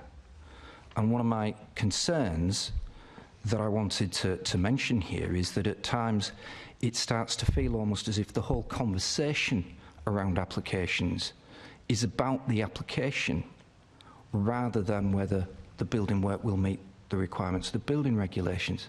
And that starts to feel a little bit as if it's, how do I get this past the regulator? And that's not that different in terms of its feel to how things were before. And that concerns me, that narrative.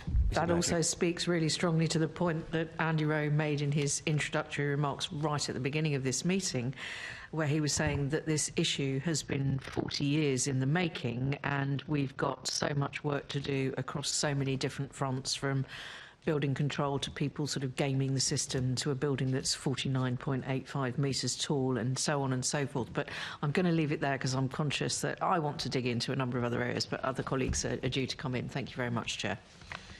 Thank you. I think many of us are pretty horrified by what you've just said, Tim. I'm just going to bring in Assembly Member Polanski here. He wants to ask about waking watches, and it's appropriate, really, in this section. Thank you, Chair.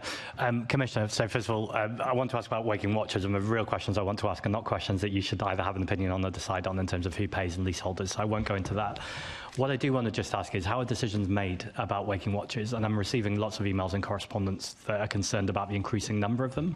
It's just to check if that's anecdotal or is there very clear evidence of that. So I'm not aware that we've taken a changing approach to any advice around an individual responsible person's risk assessment, because don't forget, it's their responsibility to determine whether or not the mitigation they're suggesting is sufficient, and we will provide advice around that. Charlie, have you picked up on anything change? So there will be more, but for a short term, because under the Fire Safety England regs, you had to register your building. So if there's a really dangerous fault, while that fault's being repaired, you might have to do something in place. So we also need to separate what's the number that are coming through. So, for example, if your smoke ventilation system fails, and we remember New Providence Wharf, the impact there of smoke filling up corridors, it's essential there's a means of warning residents at the earliest possible stage.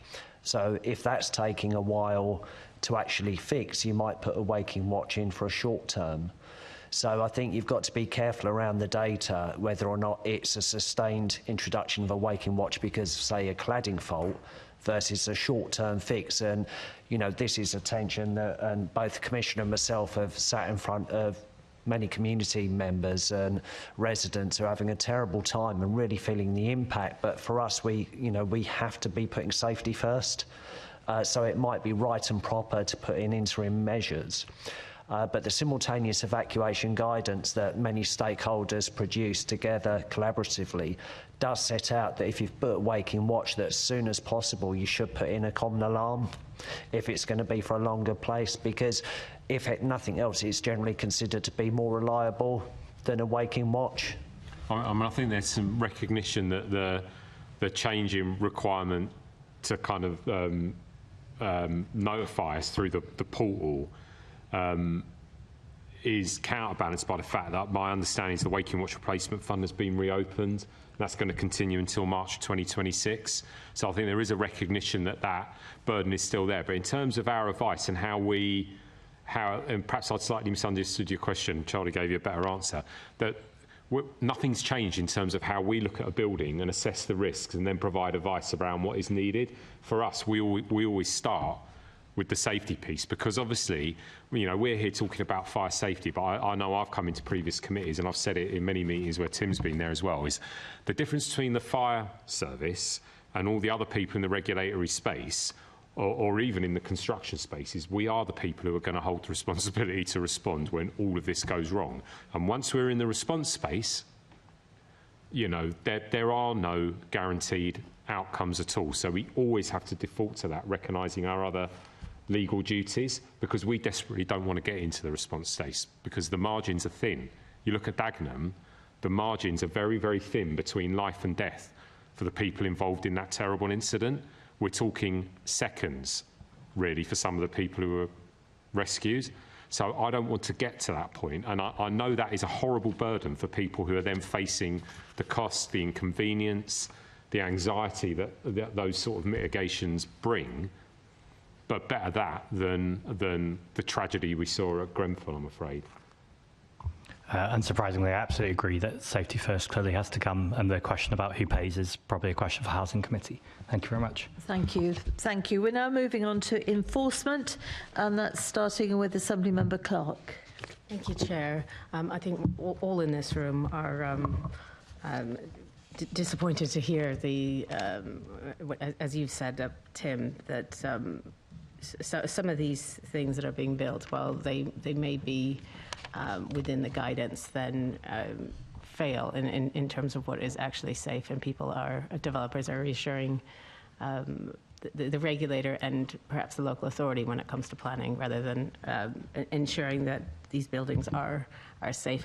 Just one of the Bromley councillors who's raised with me a planning application there with something being 17.7 metres, when the LFB said this is not the spirit of the fire safety guidance, and it then becomes a situation where Bromley Council then passed this, even though the fire brigade had given significant warning and a significant objection, and it still went through planning.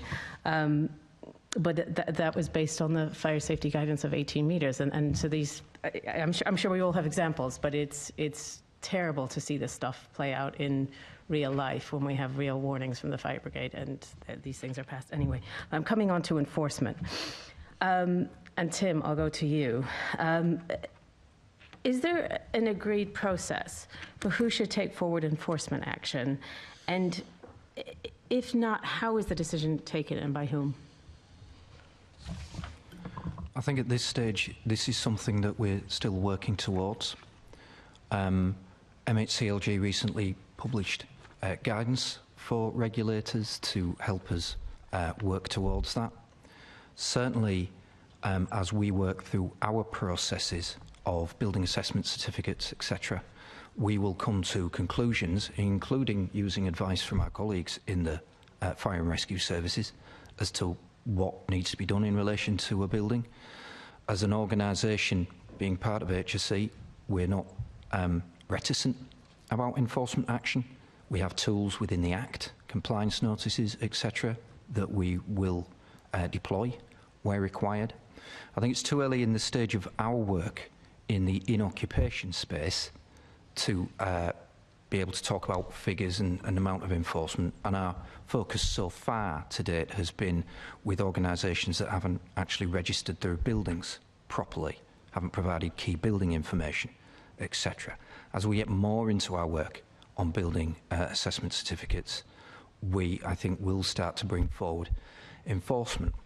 One of the things I would recognise is that you don't want to end up in an uncoordinated space where London Fire Brigade are just about to issue a notice and then we steamroller in a way that appears to those who have to comply with those enforcement actions that we're not working together. I think we'd want to get into a better place than we are currently.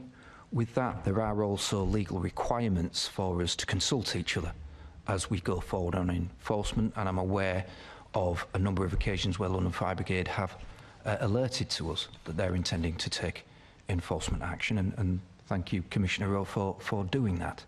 My final remarks before I give way to Commissioner Rowe would be, we are not necessarily in the place yet where I'm able to talk about all the arrangements we have in place to ensure coordination of enforcement, but that is something we do want to get to, so that as a community of regulators, we're working together.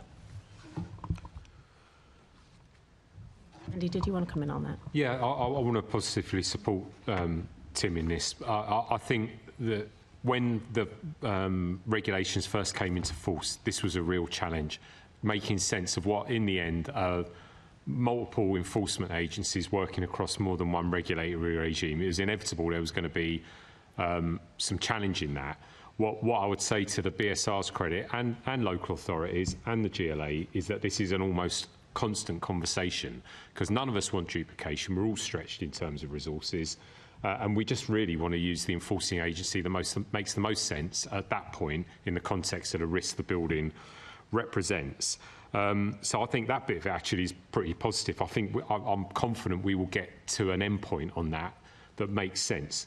I suppose, again, like a broken record, where I'm back to is resourcing, because if you haven't got the competent resources to facilitate enforcement, i.e. provide the information into legal colleagues, etc., to then justifiably take a decision or more likely, win a legal challenge, then there is real difficulty there. Enforcement is timely and potentially very costly. So I'll give you an example. So we really welcome the fact that there's some funding for support of kind of legal advice and costs around cladding remediation, but we think that probably needs to go further.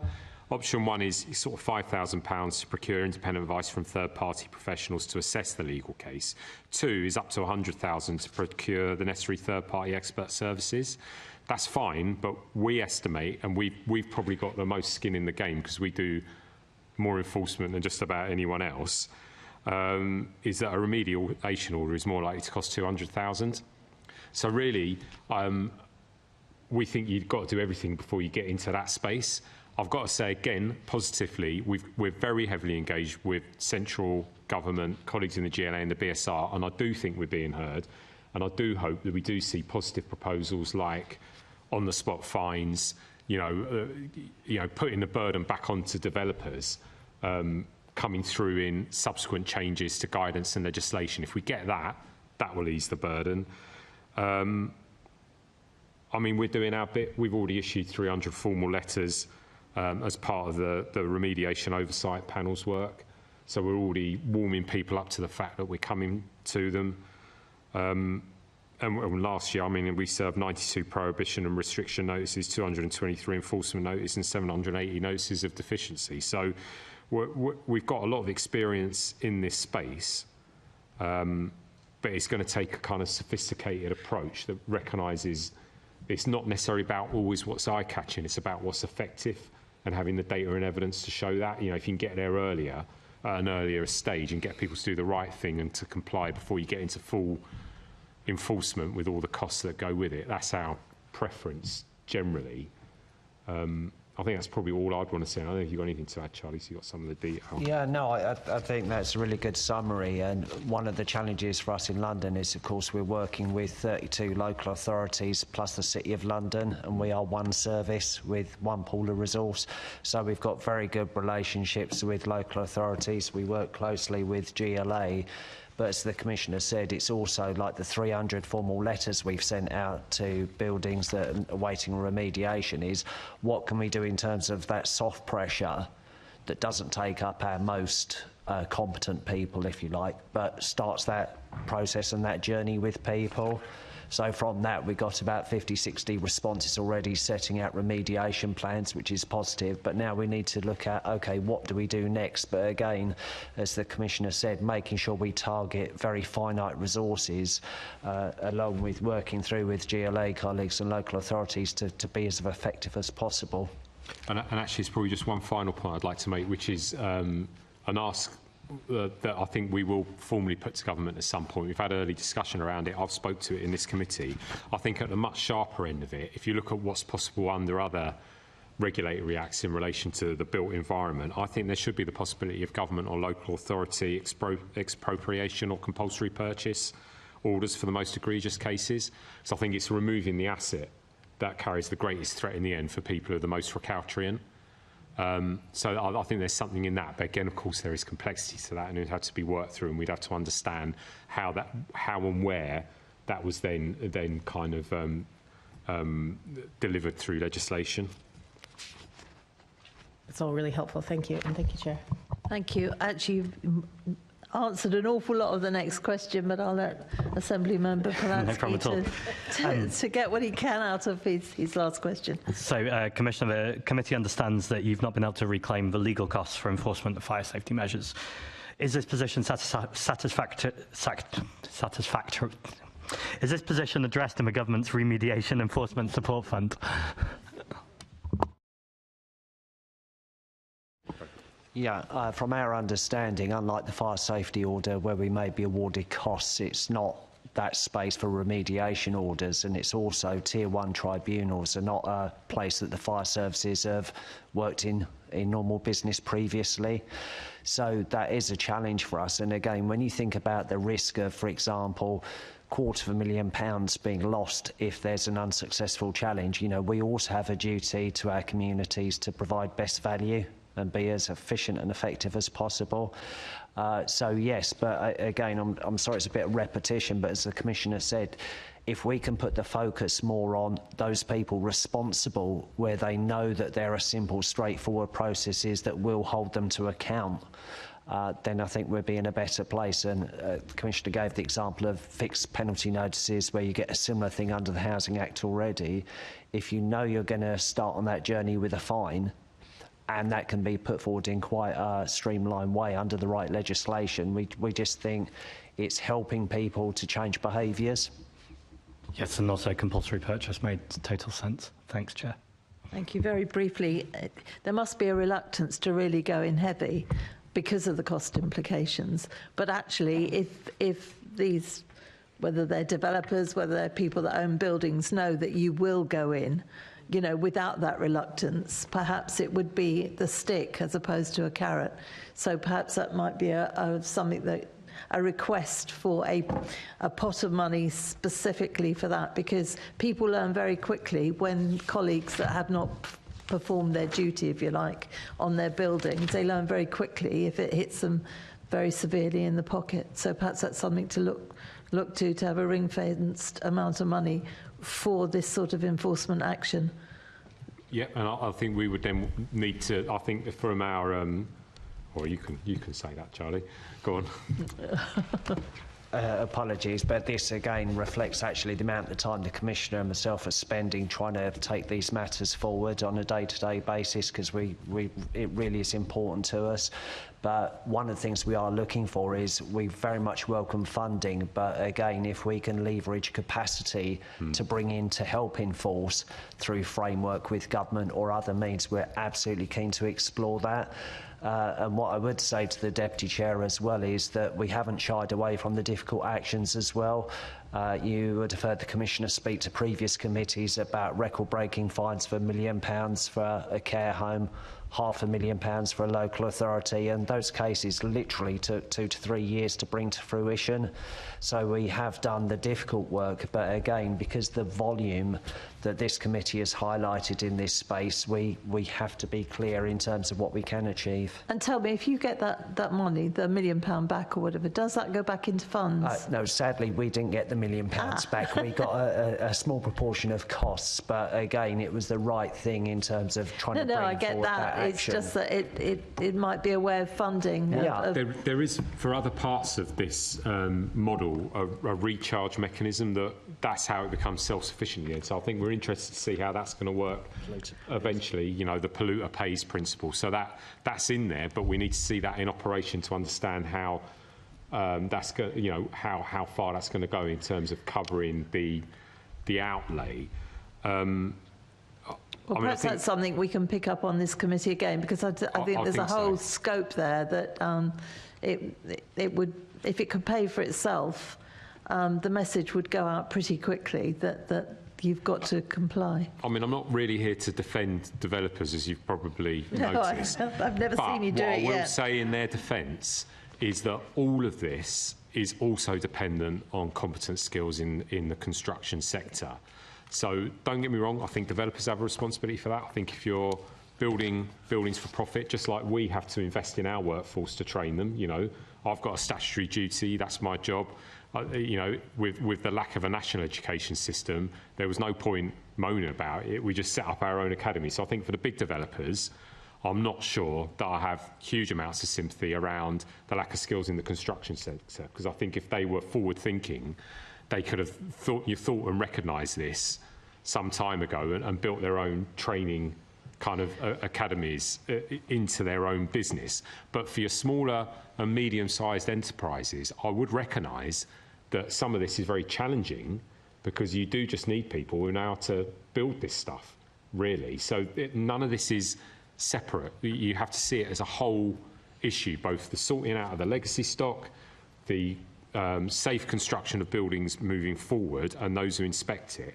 And at the very bottom, before you ever get to inspection, which speaks to Tim's entirely valid point, you know, you need people who are taking responsibility for developing and building premises to really understand whether or not what they're bringing forward is meeting the right standard. And we're just not there yet. So actually, sometimes it's not even deliberate or they're gaming it.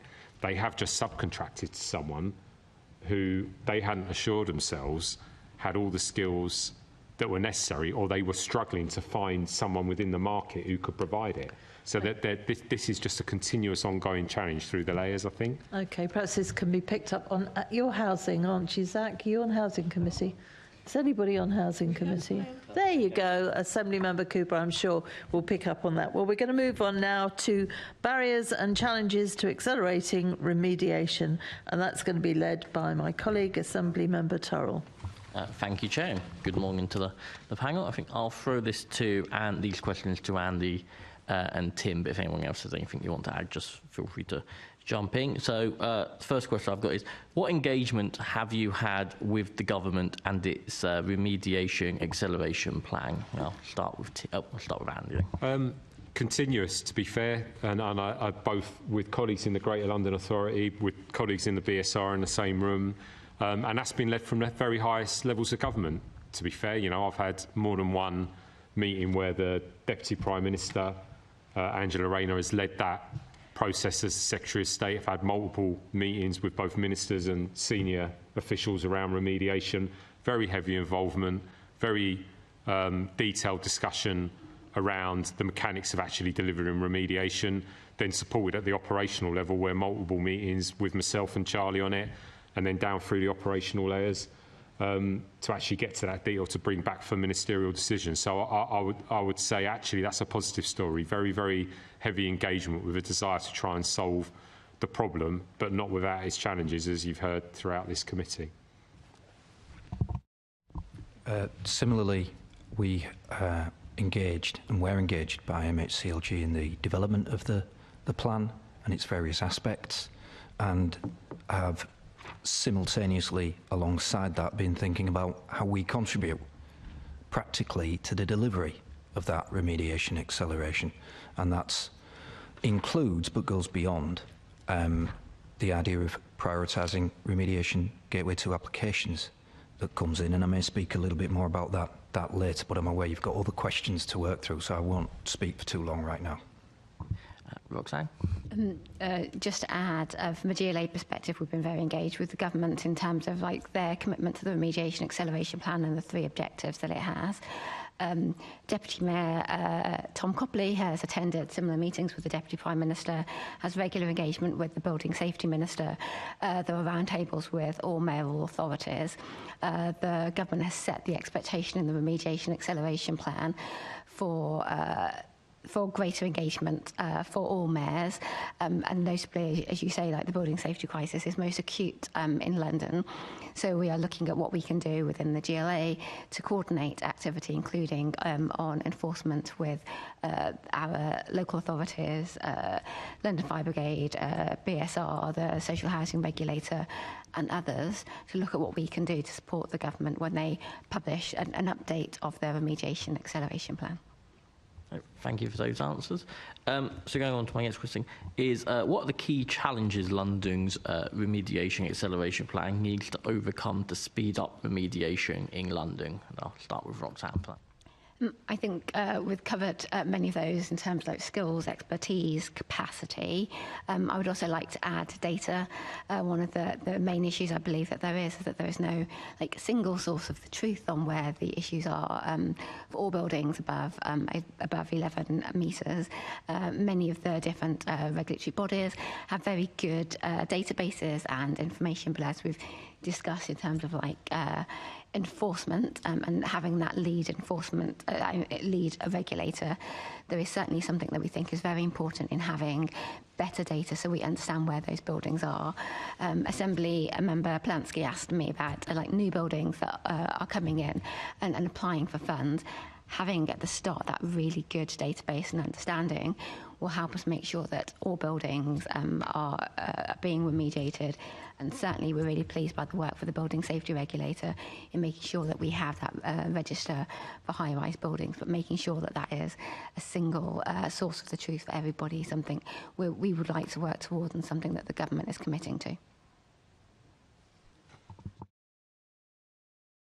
I think, again, we, rather than going over the ground we've covered already in the committee, it's about the scale of the problem in London. The biggest challenge is the scale of the problem. We hold 65% of all high-rises in the country and a greater percentage of the high-risk ones, actually, if you look at the numbers. So it's just, we're exponentially different. We've talked about it in previous committees. If I take a singular example, Manchester is the next most densely populated urban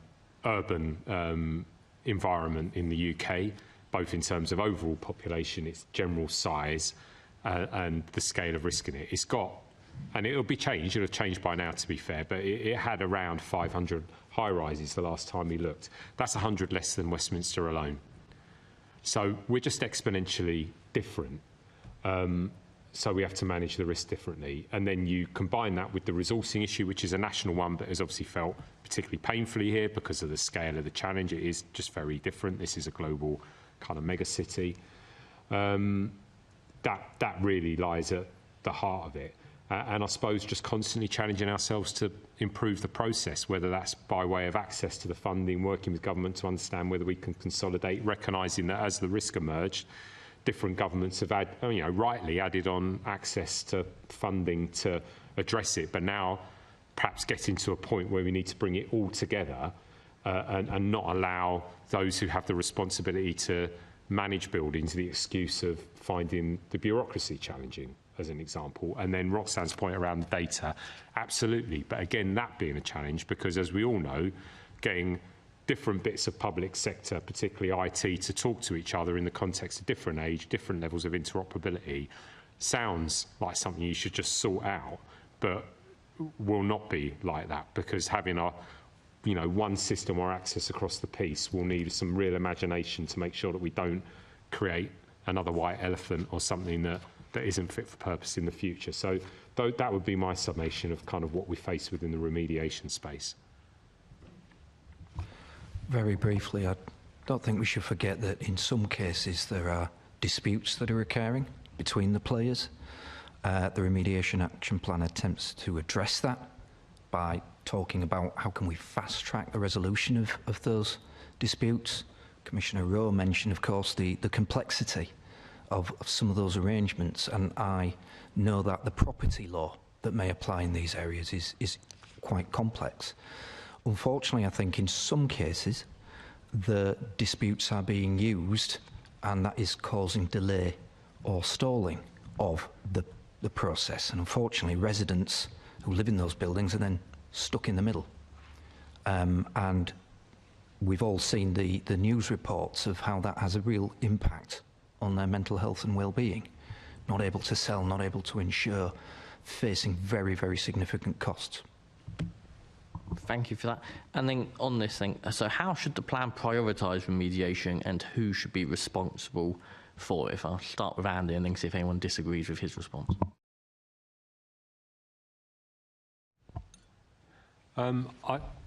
In terms of the plan, it's just got to be agreed between all parties, which I know sounds like a really obvious thing, but I'm not sure any one person in its complexity can just own it. I think if you're looking for a single point of ownership, ultimately it has to be central government, because the spread of complexity across regulators, the risk, the nature of it means that it needs national government in many ways to act as the kind of driving energy to bring all the other parties together. Again, to be fair, both in previous government and in this government, that intent is clearly there. Ministers are heavily engaged, the Secretary of State is heavily engaged, and we're seeing them stepping into that space. The challenge is how to rationally do it rather than someone taking responsibility, to be fair. I mean, I don't think either Michael Gove nor Angela Rayner now could be accused of not taking ownership of this particular issue, to give them both utter credit for it. But the challenge is very, very real in terms of the scale, the legacy issues, that we've spoken about, and then the resources that need to be brought to bear. Sorry, Charlie might have a... Yeah, can I just add to that, because it comes back to Roxanne and the Commissioner's point about data, is that you also need good data to understand the nature of the problem and risk, because as a fire service we're always going to focus on where's the greatest life risk, as opposed to maybe the most high profile developer who's not playing ball necessarily. So we're always going to sort of want to make sure we prioritise on that, and I think particularly as we see the medium rise come into scope, that's going to be really absolutely essential, because you could have a huge number of buildings, and then it's just thinking more broadly about, I think earlier on the Commissioner talked about sprinklers and other things, that what can you do to mitigate the risk. So it's just trying to make sure that with shared data we can understand the risk. What's the risk that needs addressing most urgently? How can we mitigate the risk with minimal impact on residents? Because it's not going to be the work of 1 or 2 years. Fully agree with all of that, but also just to add and build on Charlie's point about mid-rise buildings as well. That is certainly something that's been really focused on in the remediation acceleration plan, but when we look at the NAO report, there was clearly more that needs to be done nationally, but also specifically in London, to identify those mid-rise buildings. It's really positive in terms of the new targets that we've got in terms of completing remediation for high-rise buildings for 2029.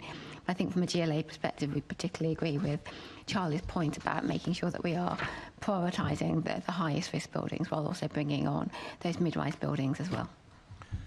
Thank you. Yeah, if you want just on medium rise, if I could just add to that, because Roxanne's raised a really important point there. Completely welcome the widening out to it, because we need to look at the medium rise. We know there's real risk in the medium rise, but if you think about everything we said in the context of resource challenge capacity to what is, the known high-rise environment beyond 18 metres, there is no single agreed figure for how many medium-rise buildings we have in London. It will be north of 60,000. I would suggest, and it may well be very much more than that. So if you think about the challenge of dealing with the 1,300 unremediated buildings we currently have, if you now extrapolate that even to just 10% of the lowest potential figure from our perspective, you could be talking about another 6,000 buildings minimum requiring remediation.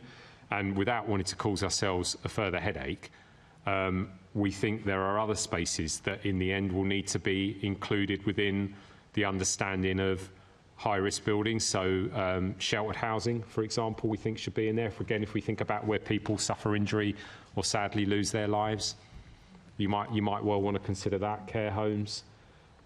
So I think there are, like we said, this is a generational challenge, and we will just have what the single quality needed by everyone, I think, is just a relentless determination to keep going and be transparent about where the challenge lies, and then be collegiate, cross-party and practical in trying to find solutions to address it. Because where we've seen that, and we have seen good examples of that, we move forward. But it is going to need a continuous energy for a number of years to get to the end of it, I would suggest. Perhaps two remarks, and I agree with colleagues around the need for data. But we mustn't let the best be the enemy of the good. Commissioner Rogers talked about north of 60,000 buildings. Do we need to know whether it's 60,001 or 59,99, so to speak? That may not be material, and so it's important that we don't let the need for data and analysis of data become paralysis and a failure to act. The other thing is, and Charlie, I think, referred earlier to soft power. I would talk as well in terms of gearing, and there can be traction that's gained with those organisations and players that you haven't reached as a regulator through the examples you make of other organisations, and then use good communications and intermediaries to say, these are now examples. If you fall into this category, this could be you, and you don't want it to be you, and that can prompt other organisations to look at themselves and take action without you actually having to knock on their door, without you actually having to even potentially know they exist. And we shouldn't rule out the scope for, as a community of regulators, as to work and pick out those examples with a view to publicising the action that's taken, and with a view to thus getting other organisations to act, and act because of that gearing, because they've heard that message through somebody, an organisation or a player that they trust. It doesn't have to be LFB, it doesn't have to be BSR, nor the GLA. As long as they act, it doesn't matter who it is. Thank you for that. So kind of sticking with that in some theme, is that what can be done to support developers and housing associations to comply with the new building safety regime? If I start with you, Tim, and work down the table. I think an awful lot of work has been done already. Significant effort was put in by the BSR and organisations that we worked with to help people understand the requirements of the new regime, the differences of the new regime, notwithstanding that the other message, certainly that we've pushed, and I've pushed very personally, is that there's an awful lot that hasn't changed. Functional requirements of the building regulations haven't changed.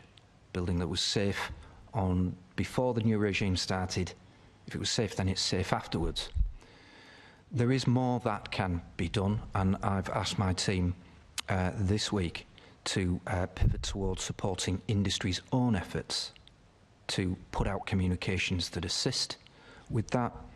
That is activity that draws capacity away from other things that we would want to do, but it's clear that some in industry are struggling to understand the new processes. There are anecdotal tales of compliance statements that have been filled in, which is supposed to be an argument where you demonstrate how you've thought, how you've complied with the building regulations, and we received an answer, 2 words, it complies. That's not really entering into the spirit. Maybe it was a genuine misunderstanding though, so what assistance can we give? Or more importantly for me, what assistance can industry give itself to help it understand these new requirements? That work will continue, and as I know from our work in occupational health and safety going back 50 years now, it's work that you never actually stop. Because yes, there's work that's gone in, there's guidance that's known, there's standards and benchmarks that are long established, but there'll be organisations that either don't know about them, or if they do know about them, are choosing not to follow them. So it's not as if you can stop and say, right, there's enough guidance out there, job done, no more required. There will always be a need, I think, for that continuous communication. And it doesn't necessarily have to be the regulator or LFB who are making that communication, but there will be that need, that constant stream, I think, of keeping people engaged, of helping them to understand. I myself would want that burden to fall as much as possible onto industry, because to me, when industry starts to take responsibility for saying, this is how we intend to comply, that's when you start to see the engine of culture change coming through. As long as it's regulators saying you need to comply, then industry isn't taking that ownership. And there are some players who very much have stepped forward, but there are others unfortunately, who they were in the wait-and-see camp before the regime started. They still seem to be in the wait-and-see camp. And then there are those who, and Commissioner Rowe, I think, referred to them, who you're always going to struggle to reach. We know that from health and safety. Small builders as a group, always a struggle to reach them, but it doesn't stop you continuing to try and help them understand what they need to do. I mean, I think rather than repeat everything Tim just said, I'd simplify it into shorter and longer term. So shorter term, I think it's about a constant responsibility to engage and communicate, but absolutely with a view that we need to start to get the industry to take ownership of this. But I think we all need to be open enough to sort of challenge ourselves as to find forums and spaces where we can engage with business and rather than demonise, seek to kind of support them to change their own culture and the skills they bring to bear. That's the short term. The longer term, we're back to education, because in the end, once you've got competent people in the space who understand regulation, you're going to change the culture and you're going to find that there's less challenge to our business because we're not constantly having to correct. So the longer term education piece has to sit at the heart of this, stretching from, apprentice bricklayer through to fire engineer. It's all part of the same ecosystem. Can I just to add a few bits, while they're quite tactical, we have personally had ourselves as strategic leaders speak at various industry forums and conferences so people can hear from the fire service perspective what the risks are and what we have to deal with when we do make that operational response. Roxanne mentioned the site visits we've been supporting for the last 3 years, and sometimes that is a little bit about education as well because the developers are there. And even work on our borough risk management plans. It's just trying to make sure that we've got the tools on our website to signpost people to where they need to get advice and guidance on compliance. And of course, our comms, they do publicise when we do get an enforcement piece. We do our very best to publicise that. But there was, I think it's worth noting, there was an industry piece that came out in the last week that did actually say a survey of the construction industry still seemed to indicate that finance was a greater concern than safety. So I just think it's a stark reminder of why, as Commissioner said, we cannot relax and we have to challenge ourselves to just try and do more in that space.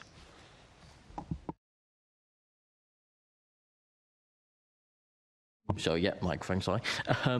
So, before I touch upon the piece I want to pick up from Assemblymember Clark about the example in Bromley we've recently had, could I just ask Tim and Roxanne whether or not you feel it's appropriate for the BSR to be publicly dismissing concerns raised by the London Fire Brigade when they do voice concerns about development? So that was a very, very confusing news article. It is not our colleagues, I'm going to speak for them, it's not our colleagues in the Building Safety Regulator. It is a private body called the Building Safety Register, led by a private individual, offering a view on our statement about the building in Bromley, where we thought it was not in the spirit of the regulations or the legislation that's come forward. So, to defend my colleagues, it was not the BSR. I'm pleased to see that because I've got the BBC article in front of me and they are crediting the BSR for it, so I hope the BBC will update their article to get the R right in the BSR. I think we have made some reparation back to the BBC in regard to that, because again, you don't want that confusion. Yeah, I'll be frank, I read that article and had a double take to begin with, and did wonder whether my colleagues in the BSR had perhaps deviated from where they've always been, which is to support us in the sort of communication we've made. But no, it was a private individual running a private concern, and I'm afraid certainly doesn't represent, as far as I know, the view of my colleagues in the BSR, and certainly not the LFB. That is reassuring to know, especially given that throughout this panel we spoke about the need for consistency and, as you say, supporting one another. So I'm pleased to get that reassurance. So Andy, if I can stick with you, which is, how much difference do you think 30 centimetres makes to a building height in terms of whether it should have a second staircase or not? Very little, but you've got to draw the line somewhere. So I'd recognise that developers need clarity more than anything, and that therefore you want to draw a line appropriately where it makes sense. But then this is back to Tim's point. We cannot fix this as regulators. We can't enforce our way out of it. We can bring pressure to bear. We can do a lot, I think, to try and stop the most dangerous buildings passing through. But if you are working in the context of an environment where there's still quite a lot of people within the development sector who think it's appropriate to kind of play the system in that way, that tells you something about the culture and responsibility. So the answer is there is no... I can't give you a metric on what is, how much shorter it should be, because it's all about the individual building, about a developer understanding how lots of different mitigation and engineering works together to make it safe for the residents. But then, and this is Tim's point, well made, being able to justify that in an expert way with a well laid out risk assessment, set of plans for construction that demonstrates beyond doubt that it meets the standard laid out in regulation and guidance. And actually they will find, if you do that, we are imaginative enough to see each building differently, but we also know enough to recognise when someone hasn't done that. So for me, it's not about the 30 centimetres, it's about the behaviour, the quality of the plans that are brought forward set against the standards laid out in regulation, and accepting within that there's a range of measures that can be built into a premises to make it safe for residents. Because there could be a building that is 49.5 metres high that actually, with a range of other measures, is safe from our perspective for residents. But we want to see it evidence, and we want to see it done the right way, rather than what we felt about this building, which was the opposite. Yeah, thank you. And sticking on that then, so would you agree, or do you think, I should say, that perhaps height is a bit arbitrary in this sentence and might in this context, and might not be the best way of setting somewhere where a second staircase should be required? Or do you think we should find another more accurate metric to use? No, because at base level you've got to have an absolute safeguard in the built environment. So I would include evacuation lifts in this, by the way, as well. So they're in the London plan, but they don't feature nationally. Now, you can certainly have a debate, and there's a debate had internationally about what height it should be applied at, whether it's 30 metres, 18 metres, 50 metres. But the point is there is a height where, for example, if I think about our other responsibilities, response gets a lot more difficult. Once you start getting beyond the 25th floor of a building, you're reaching the physiological limits of what someone can do before you even fight a fire. We ran the biggest test of high-rise firefighting this country has ever seen, shortly after I took over. And what it showed us is that we're operating within the current building systems right at the edge of what firefighters can physically achieve without the benefit of an evacuation lift for residents and second staircases. So you can have a debate about where the height range might fall in terms of practicality, differences in kind of view, but in the end, height is a good arbiter for where you set the safety regime, because it just sets a standard and there's a clarity to which you can work as the base level, the bare minimum, I think would be my answer. Yeah, thank you, that's really useful. So going out to Tim and Roxanne, which is, what assurance can building safety regulator provide to the two new developments, such as the Hagley Bellham Square development in Penge, that these kind of housing projects do meet the highest safety standards, especially when concerns have been raised about compliance and guidelines?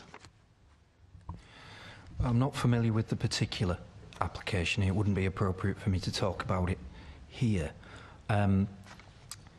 For me, first of all, I'd go back to something I said earlier, that those involved in applications need to assure themselves that they're meeting appropriate standards. Commissioner Rowe talked about height, and I think there's been pressure that's come in both directions about setting a height for something and equally expecting developers, designers to think about whether a building will meet the functional requirements of the building regulations, which are outcome-based. More or less, you should be able to prevent as much of fire as you can, control it and get people out. To think about that more in a risk assessment way. What does my building need? Be it 20 metres high, 150 metres high, whatever it is. Certainty, I think, is one of the things that developers value, and that can then lead to the kind of the 17.85 metre approach. And I would agree with Commissioner Rowe. Sometimes that might reflect in terms of culture. So the first step is for those organisations involved, I think, to assure themselves. We, for our part, will take the Gateway 2 application and look at it. Does it assure us that going through their design, going through their processes in order to get from design through construction to a building at the end of it, that A, they've given sufficient thought up front, and one of the positive impacts of the regime is to push more thought into the design stage rather than thought during the construction stage. Let's face it, one of the events that I think occurred in relation to Grenfell was changes during the construction stage that weren't properly controlled, or some may have thought even cynically applied. But have they given that thought at the design stage? Are they going to control change that occurs during construction? Because that will happen. We know that there will be things that will need to be changed once designs that look good on computer end up in reality. And finally, at the end, have they delivered a building that does meet the requirement of the building regulations? We will be looking at various stages for them to be able to assure us. Working with our colleagues in the fire and rescue services, working with the registered building inspectors that will support our decision making to decide, can we allow this building to proceed? Can we allow it to proceed to the next stage? Can we allow it to be occupied? And that's very much where we're coming from at this, is assure us, show us that you have thought about this, so we have confidence that you, the organisation that's running this construction project, have got a grip, have got control. Just on your question about height, because it is a really good question, it's one we've faced more than once, is I would advise caution around heavily engineered buildings as well. So we've seen some fantastic schemes in London that keep residents safe through heavily engineered solutions, and that is to be, you know, applauded in terms of the way it brings building technology forward. But it's only as good as how it's maintained. And if you have a building of increasing complexity with multiple mitigations based on complex building engineering, you need people who manage that building to really understand it. And that might be the case when it's first occupied, but you've got to be able to reassure yourself that those systems are going to work for the long term. So that's where a minimum level, based on something very simple, very clear around height, second staircases, means that even if there's other layers of engineering, at a base level, you're offering an equity of evacuation, you know, the best possible chance for those residents should something go wrong to get out.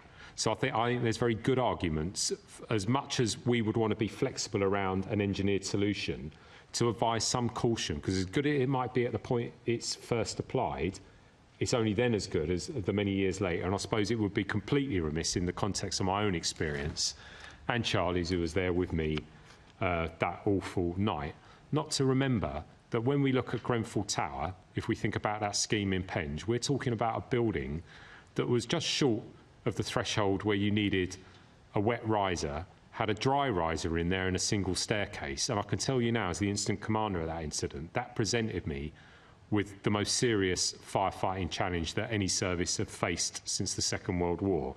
So I don't need to apologise, I don't think, for a lack of flexibility in that space, because I would rather we pushed ourselves to a kind of safety case regime, really, that errs on the side of caution.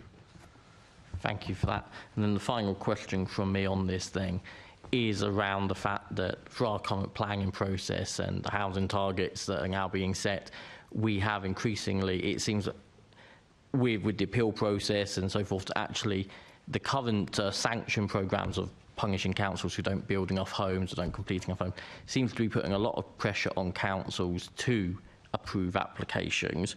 So do you think that the scheme in Penge and other similar schemes across London reflects a growing trend of fire safety being deprioritised in the rush to meet housing targets? No, I think we're in the middle of grappling with that tension. So I don't think it's slipping in favour one way or the other. I think it is probably the biggest strategic issue at the heart of this, though, because not having enough housing is equally injurious to society as having buildings that aren't safe in a fire safety context. I recognise that. How you resolve that tension is actually enormously difficult, because we do need the volume, but we need the volume in the context of not having enough skills or the resources around competent inspection. You know, it would just be completely disrespectful to sit in front of this committee and pretend there's a silver bullet to that. That is almost just continuous debate. You know, and actually regulators like ourselves need to take a mature approach to it. We need to recognise that we can't undermine the societal need for housing by an absolutist approach to this, because it won't actually make people safer. Because again, if I come back to my responsibility around kind of operational response, we see the terrible dangers of poor housing, lack of availability of housing, crowded, inappropriate conversions continuously in the operational space, from residential office conversions to kind of beds in sheds, to people living in basements, to, you know, people living, frankly, in a volume inside a small flat that they shouldn't be, and perhaps working in the gig economy and storing their scooter in the corridor outside. You know, this is a problem that we are all having to grapple with. So I think it'd be really easy to say, yeah, one thing's slipping in favour of the other. To be fair to everyone mature in the space who's grappling with it, there's no easy answer, and I'm not sure we've yet found a way to get the balance right. I don't think I have a huge amount more to add. I think Andy's covered that. I think that, as you say, that there could potentially be a conflict, but I haven't certainly observed any evidence where supply is demonstrably being prioritised over building safety. Okay, thank you. Apologies to colleagues, we're running slightly over the 2 hours. I hope that's okay. We're coming to our last section now, which is on personal emergency evacuation plans, which we all know as PEEPs. Assembly Member Polanski. Thank you, Chair. Commissioner, for the last few years, I've asked you several times around PEEPs, around people with disabilities, and we now have government proposals, which is what's changed. It's just to see really what are your thoughts and opinions on the government proposals, and is there anything more you need from regulation in order to be able to carry this out? I think I'd like to start by starting where we always did, which is recognise in the tragedy of Grenfell, how badly the disabled residents of that tower were let down. And the number of disabled residents who tragically lost their lives at Grenfell is almost unimaginable. So our position has always been post-Grenfell, and certainly as someone who witnessed it that night, and I know Charlie will be the same, having been part of that response, you can't let that go. There has to be, as far as possible, equity of evacuation. That is a very important principle. You have to start with that. You have to start with that and value the contribution that disabled Londoners make to this city, and therefore they must be respected and have the same rights as anyone else to live in a safe property that is fit for purpose. If you start with that, then you get close to what is an answer to what is actually a very, very, very challenging problem. Because obviously you can't separate this out from the risks in the legacy environment. You're talking about whole-scale retrofitting of buildings that aren't safe for disabled residents in many examples.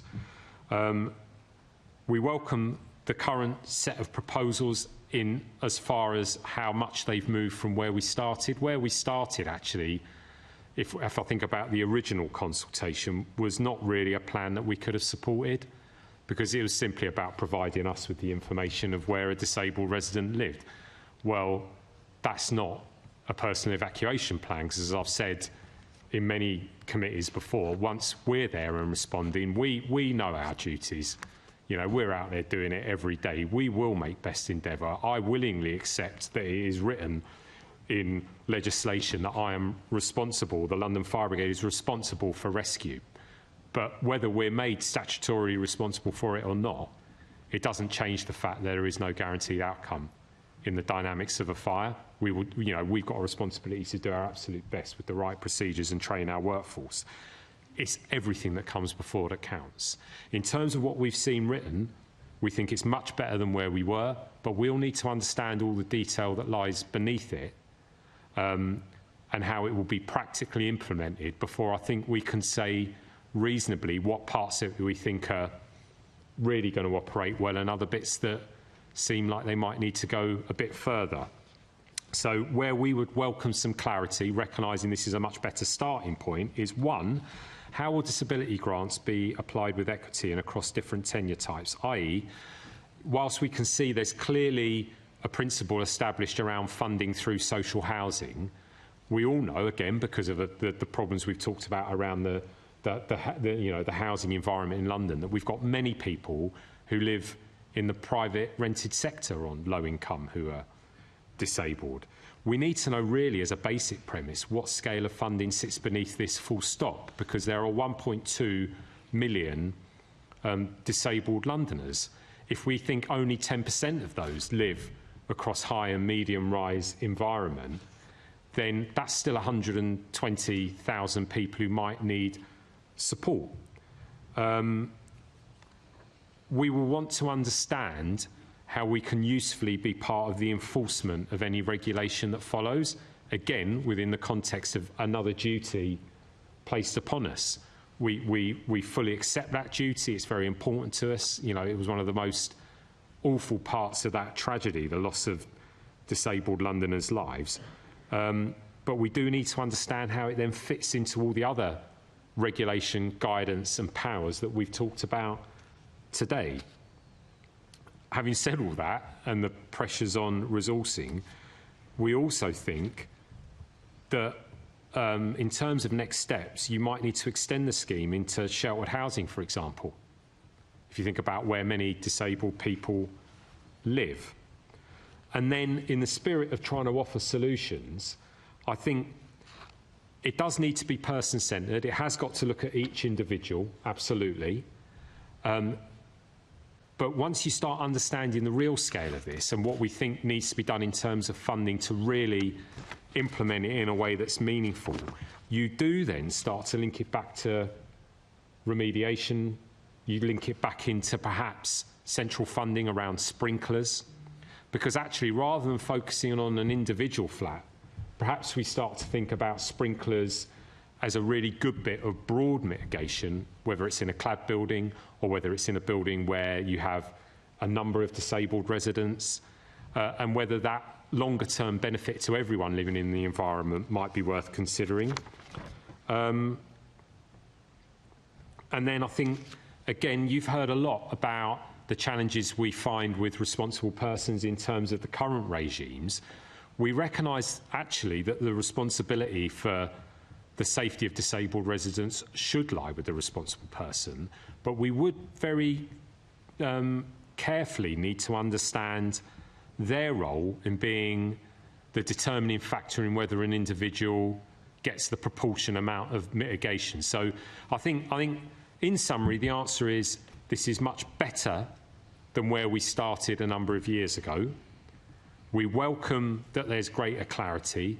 There's a lot in there we can support, but there's two key areas, which is in the context of the volume of the funding and how it's accessed, and then the role of the responsible person in the context of what decisions they're enabled to take, what their responsibilities are, and then how we might regulate and enforce against it, that we need to see greater detail on. And actually, again, proactively, we will be going to government, now we've got this, to offer our support and to work with them to try and find a practical way to implement this that recognises the very real concerns of a similar nature that I've heard disabled Londoners express recently following the consultation. And I suppose that actually is where I'd end, which is what we need to do is take that and go back to colleagues who are really the experts in what it means to live as a disabled person in a tower block, which is, of course, disabled Londoners, and seek to work with them to kind of support government in implementing this the right way. Thank you very much for that answer. It's really positive to hear disabled people are being thought of in that way, and also the equity of evacuation. No further questions, Chair. Thank you very much. One very, very brief thing. You were talking, when we were talking about enforcement, about needing extra capacity. Roxanne, you tell me you've got 54 members of your team. Are you able to help the fire brigade with, or do you not have any capacity in your 54 members of your team? Sorry? The members of our team are fully dedicated to focusing on administering the government's 3 remediation programmes, and my concern would be that if we were to take any of that resource and to put in any other places, it would put at risk the fact that we are still working towards, as I mentioned at the start of this meeting, over 200 buildings within our responsibility that we need to get started on site as soon as possible. So at the moment, that is certainly our area of focus. But as I mentioned on when you asked about the government's remediation acceleration plan, they have asked for the GLA and other mayoral authorities to provide greater support to accelerate remediation, which might also include help in terms of coordinating on enforcement. But as you know, GLA does not have any enforcement powers, and a number of organisations already do. I know that. I was just wondering because they're very stretched. How much does your team actually cost?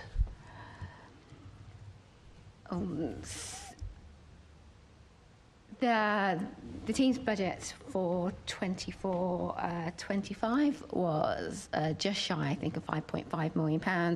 But that isn't just funding our team. That also funds necessary legal advice and technical support to administer the government's programmes.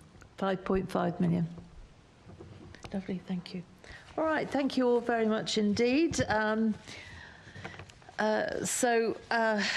I'm sure my colleagues found that really interesting. I absolutely did. It's fascinating.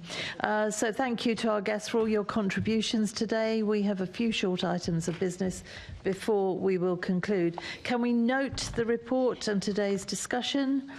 Can we also delegate authority to the Chair in consultation with party group lead members to agree any output from the discussion?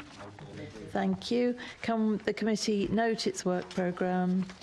Thank you. The next meeting of the committee is scheduled for the 18th of March 2025 at 10 a.m. in the Chamber, City Hall. I have no other urgent business. I now declare this meeting to be closed. Thank you, Chair.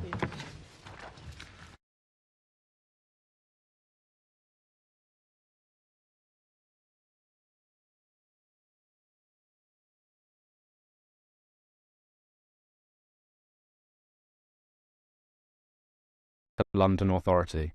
Please stand by.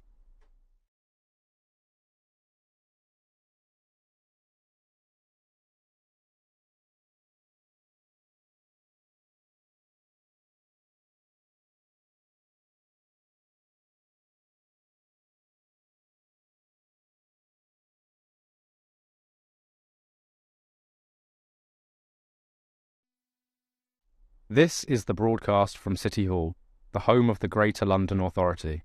Please stand by.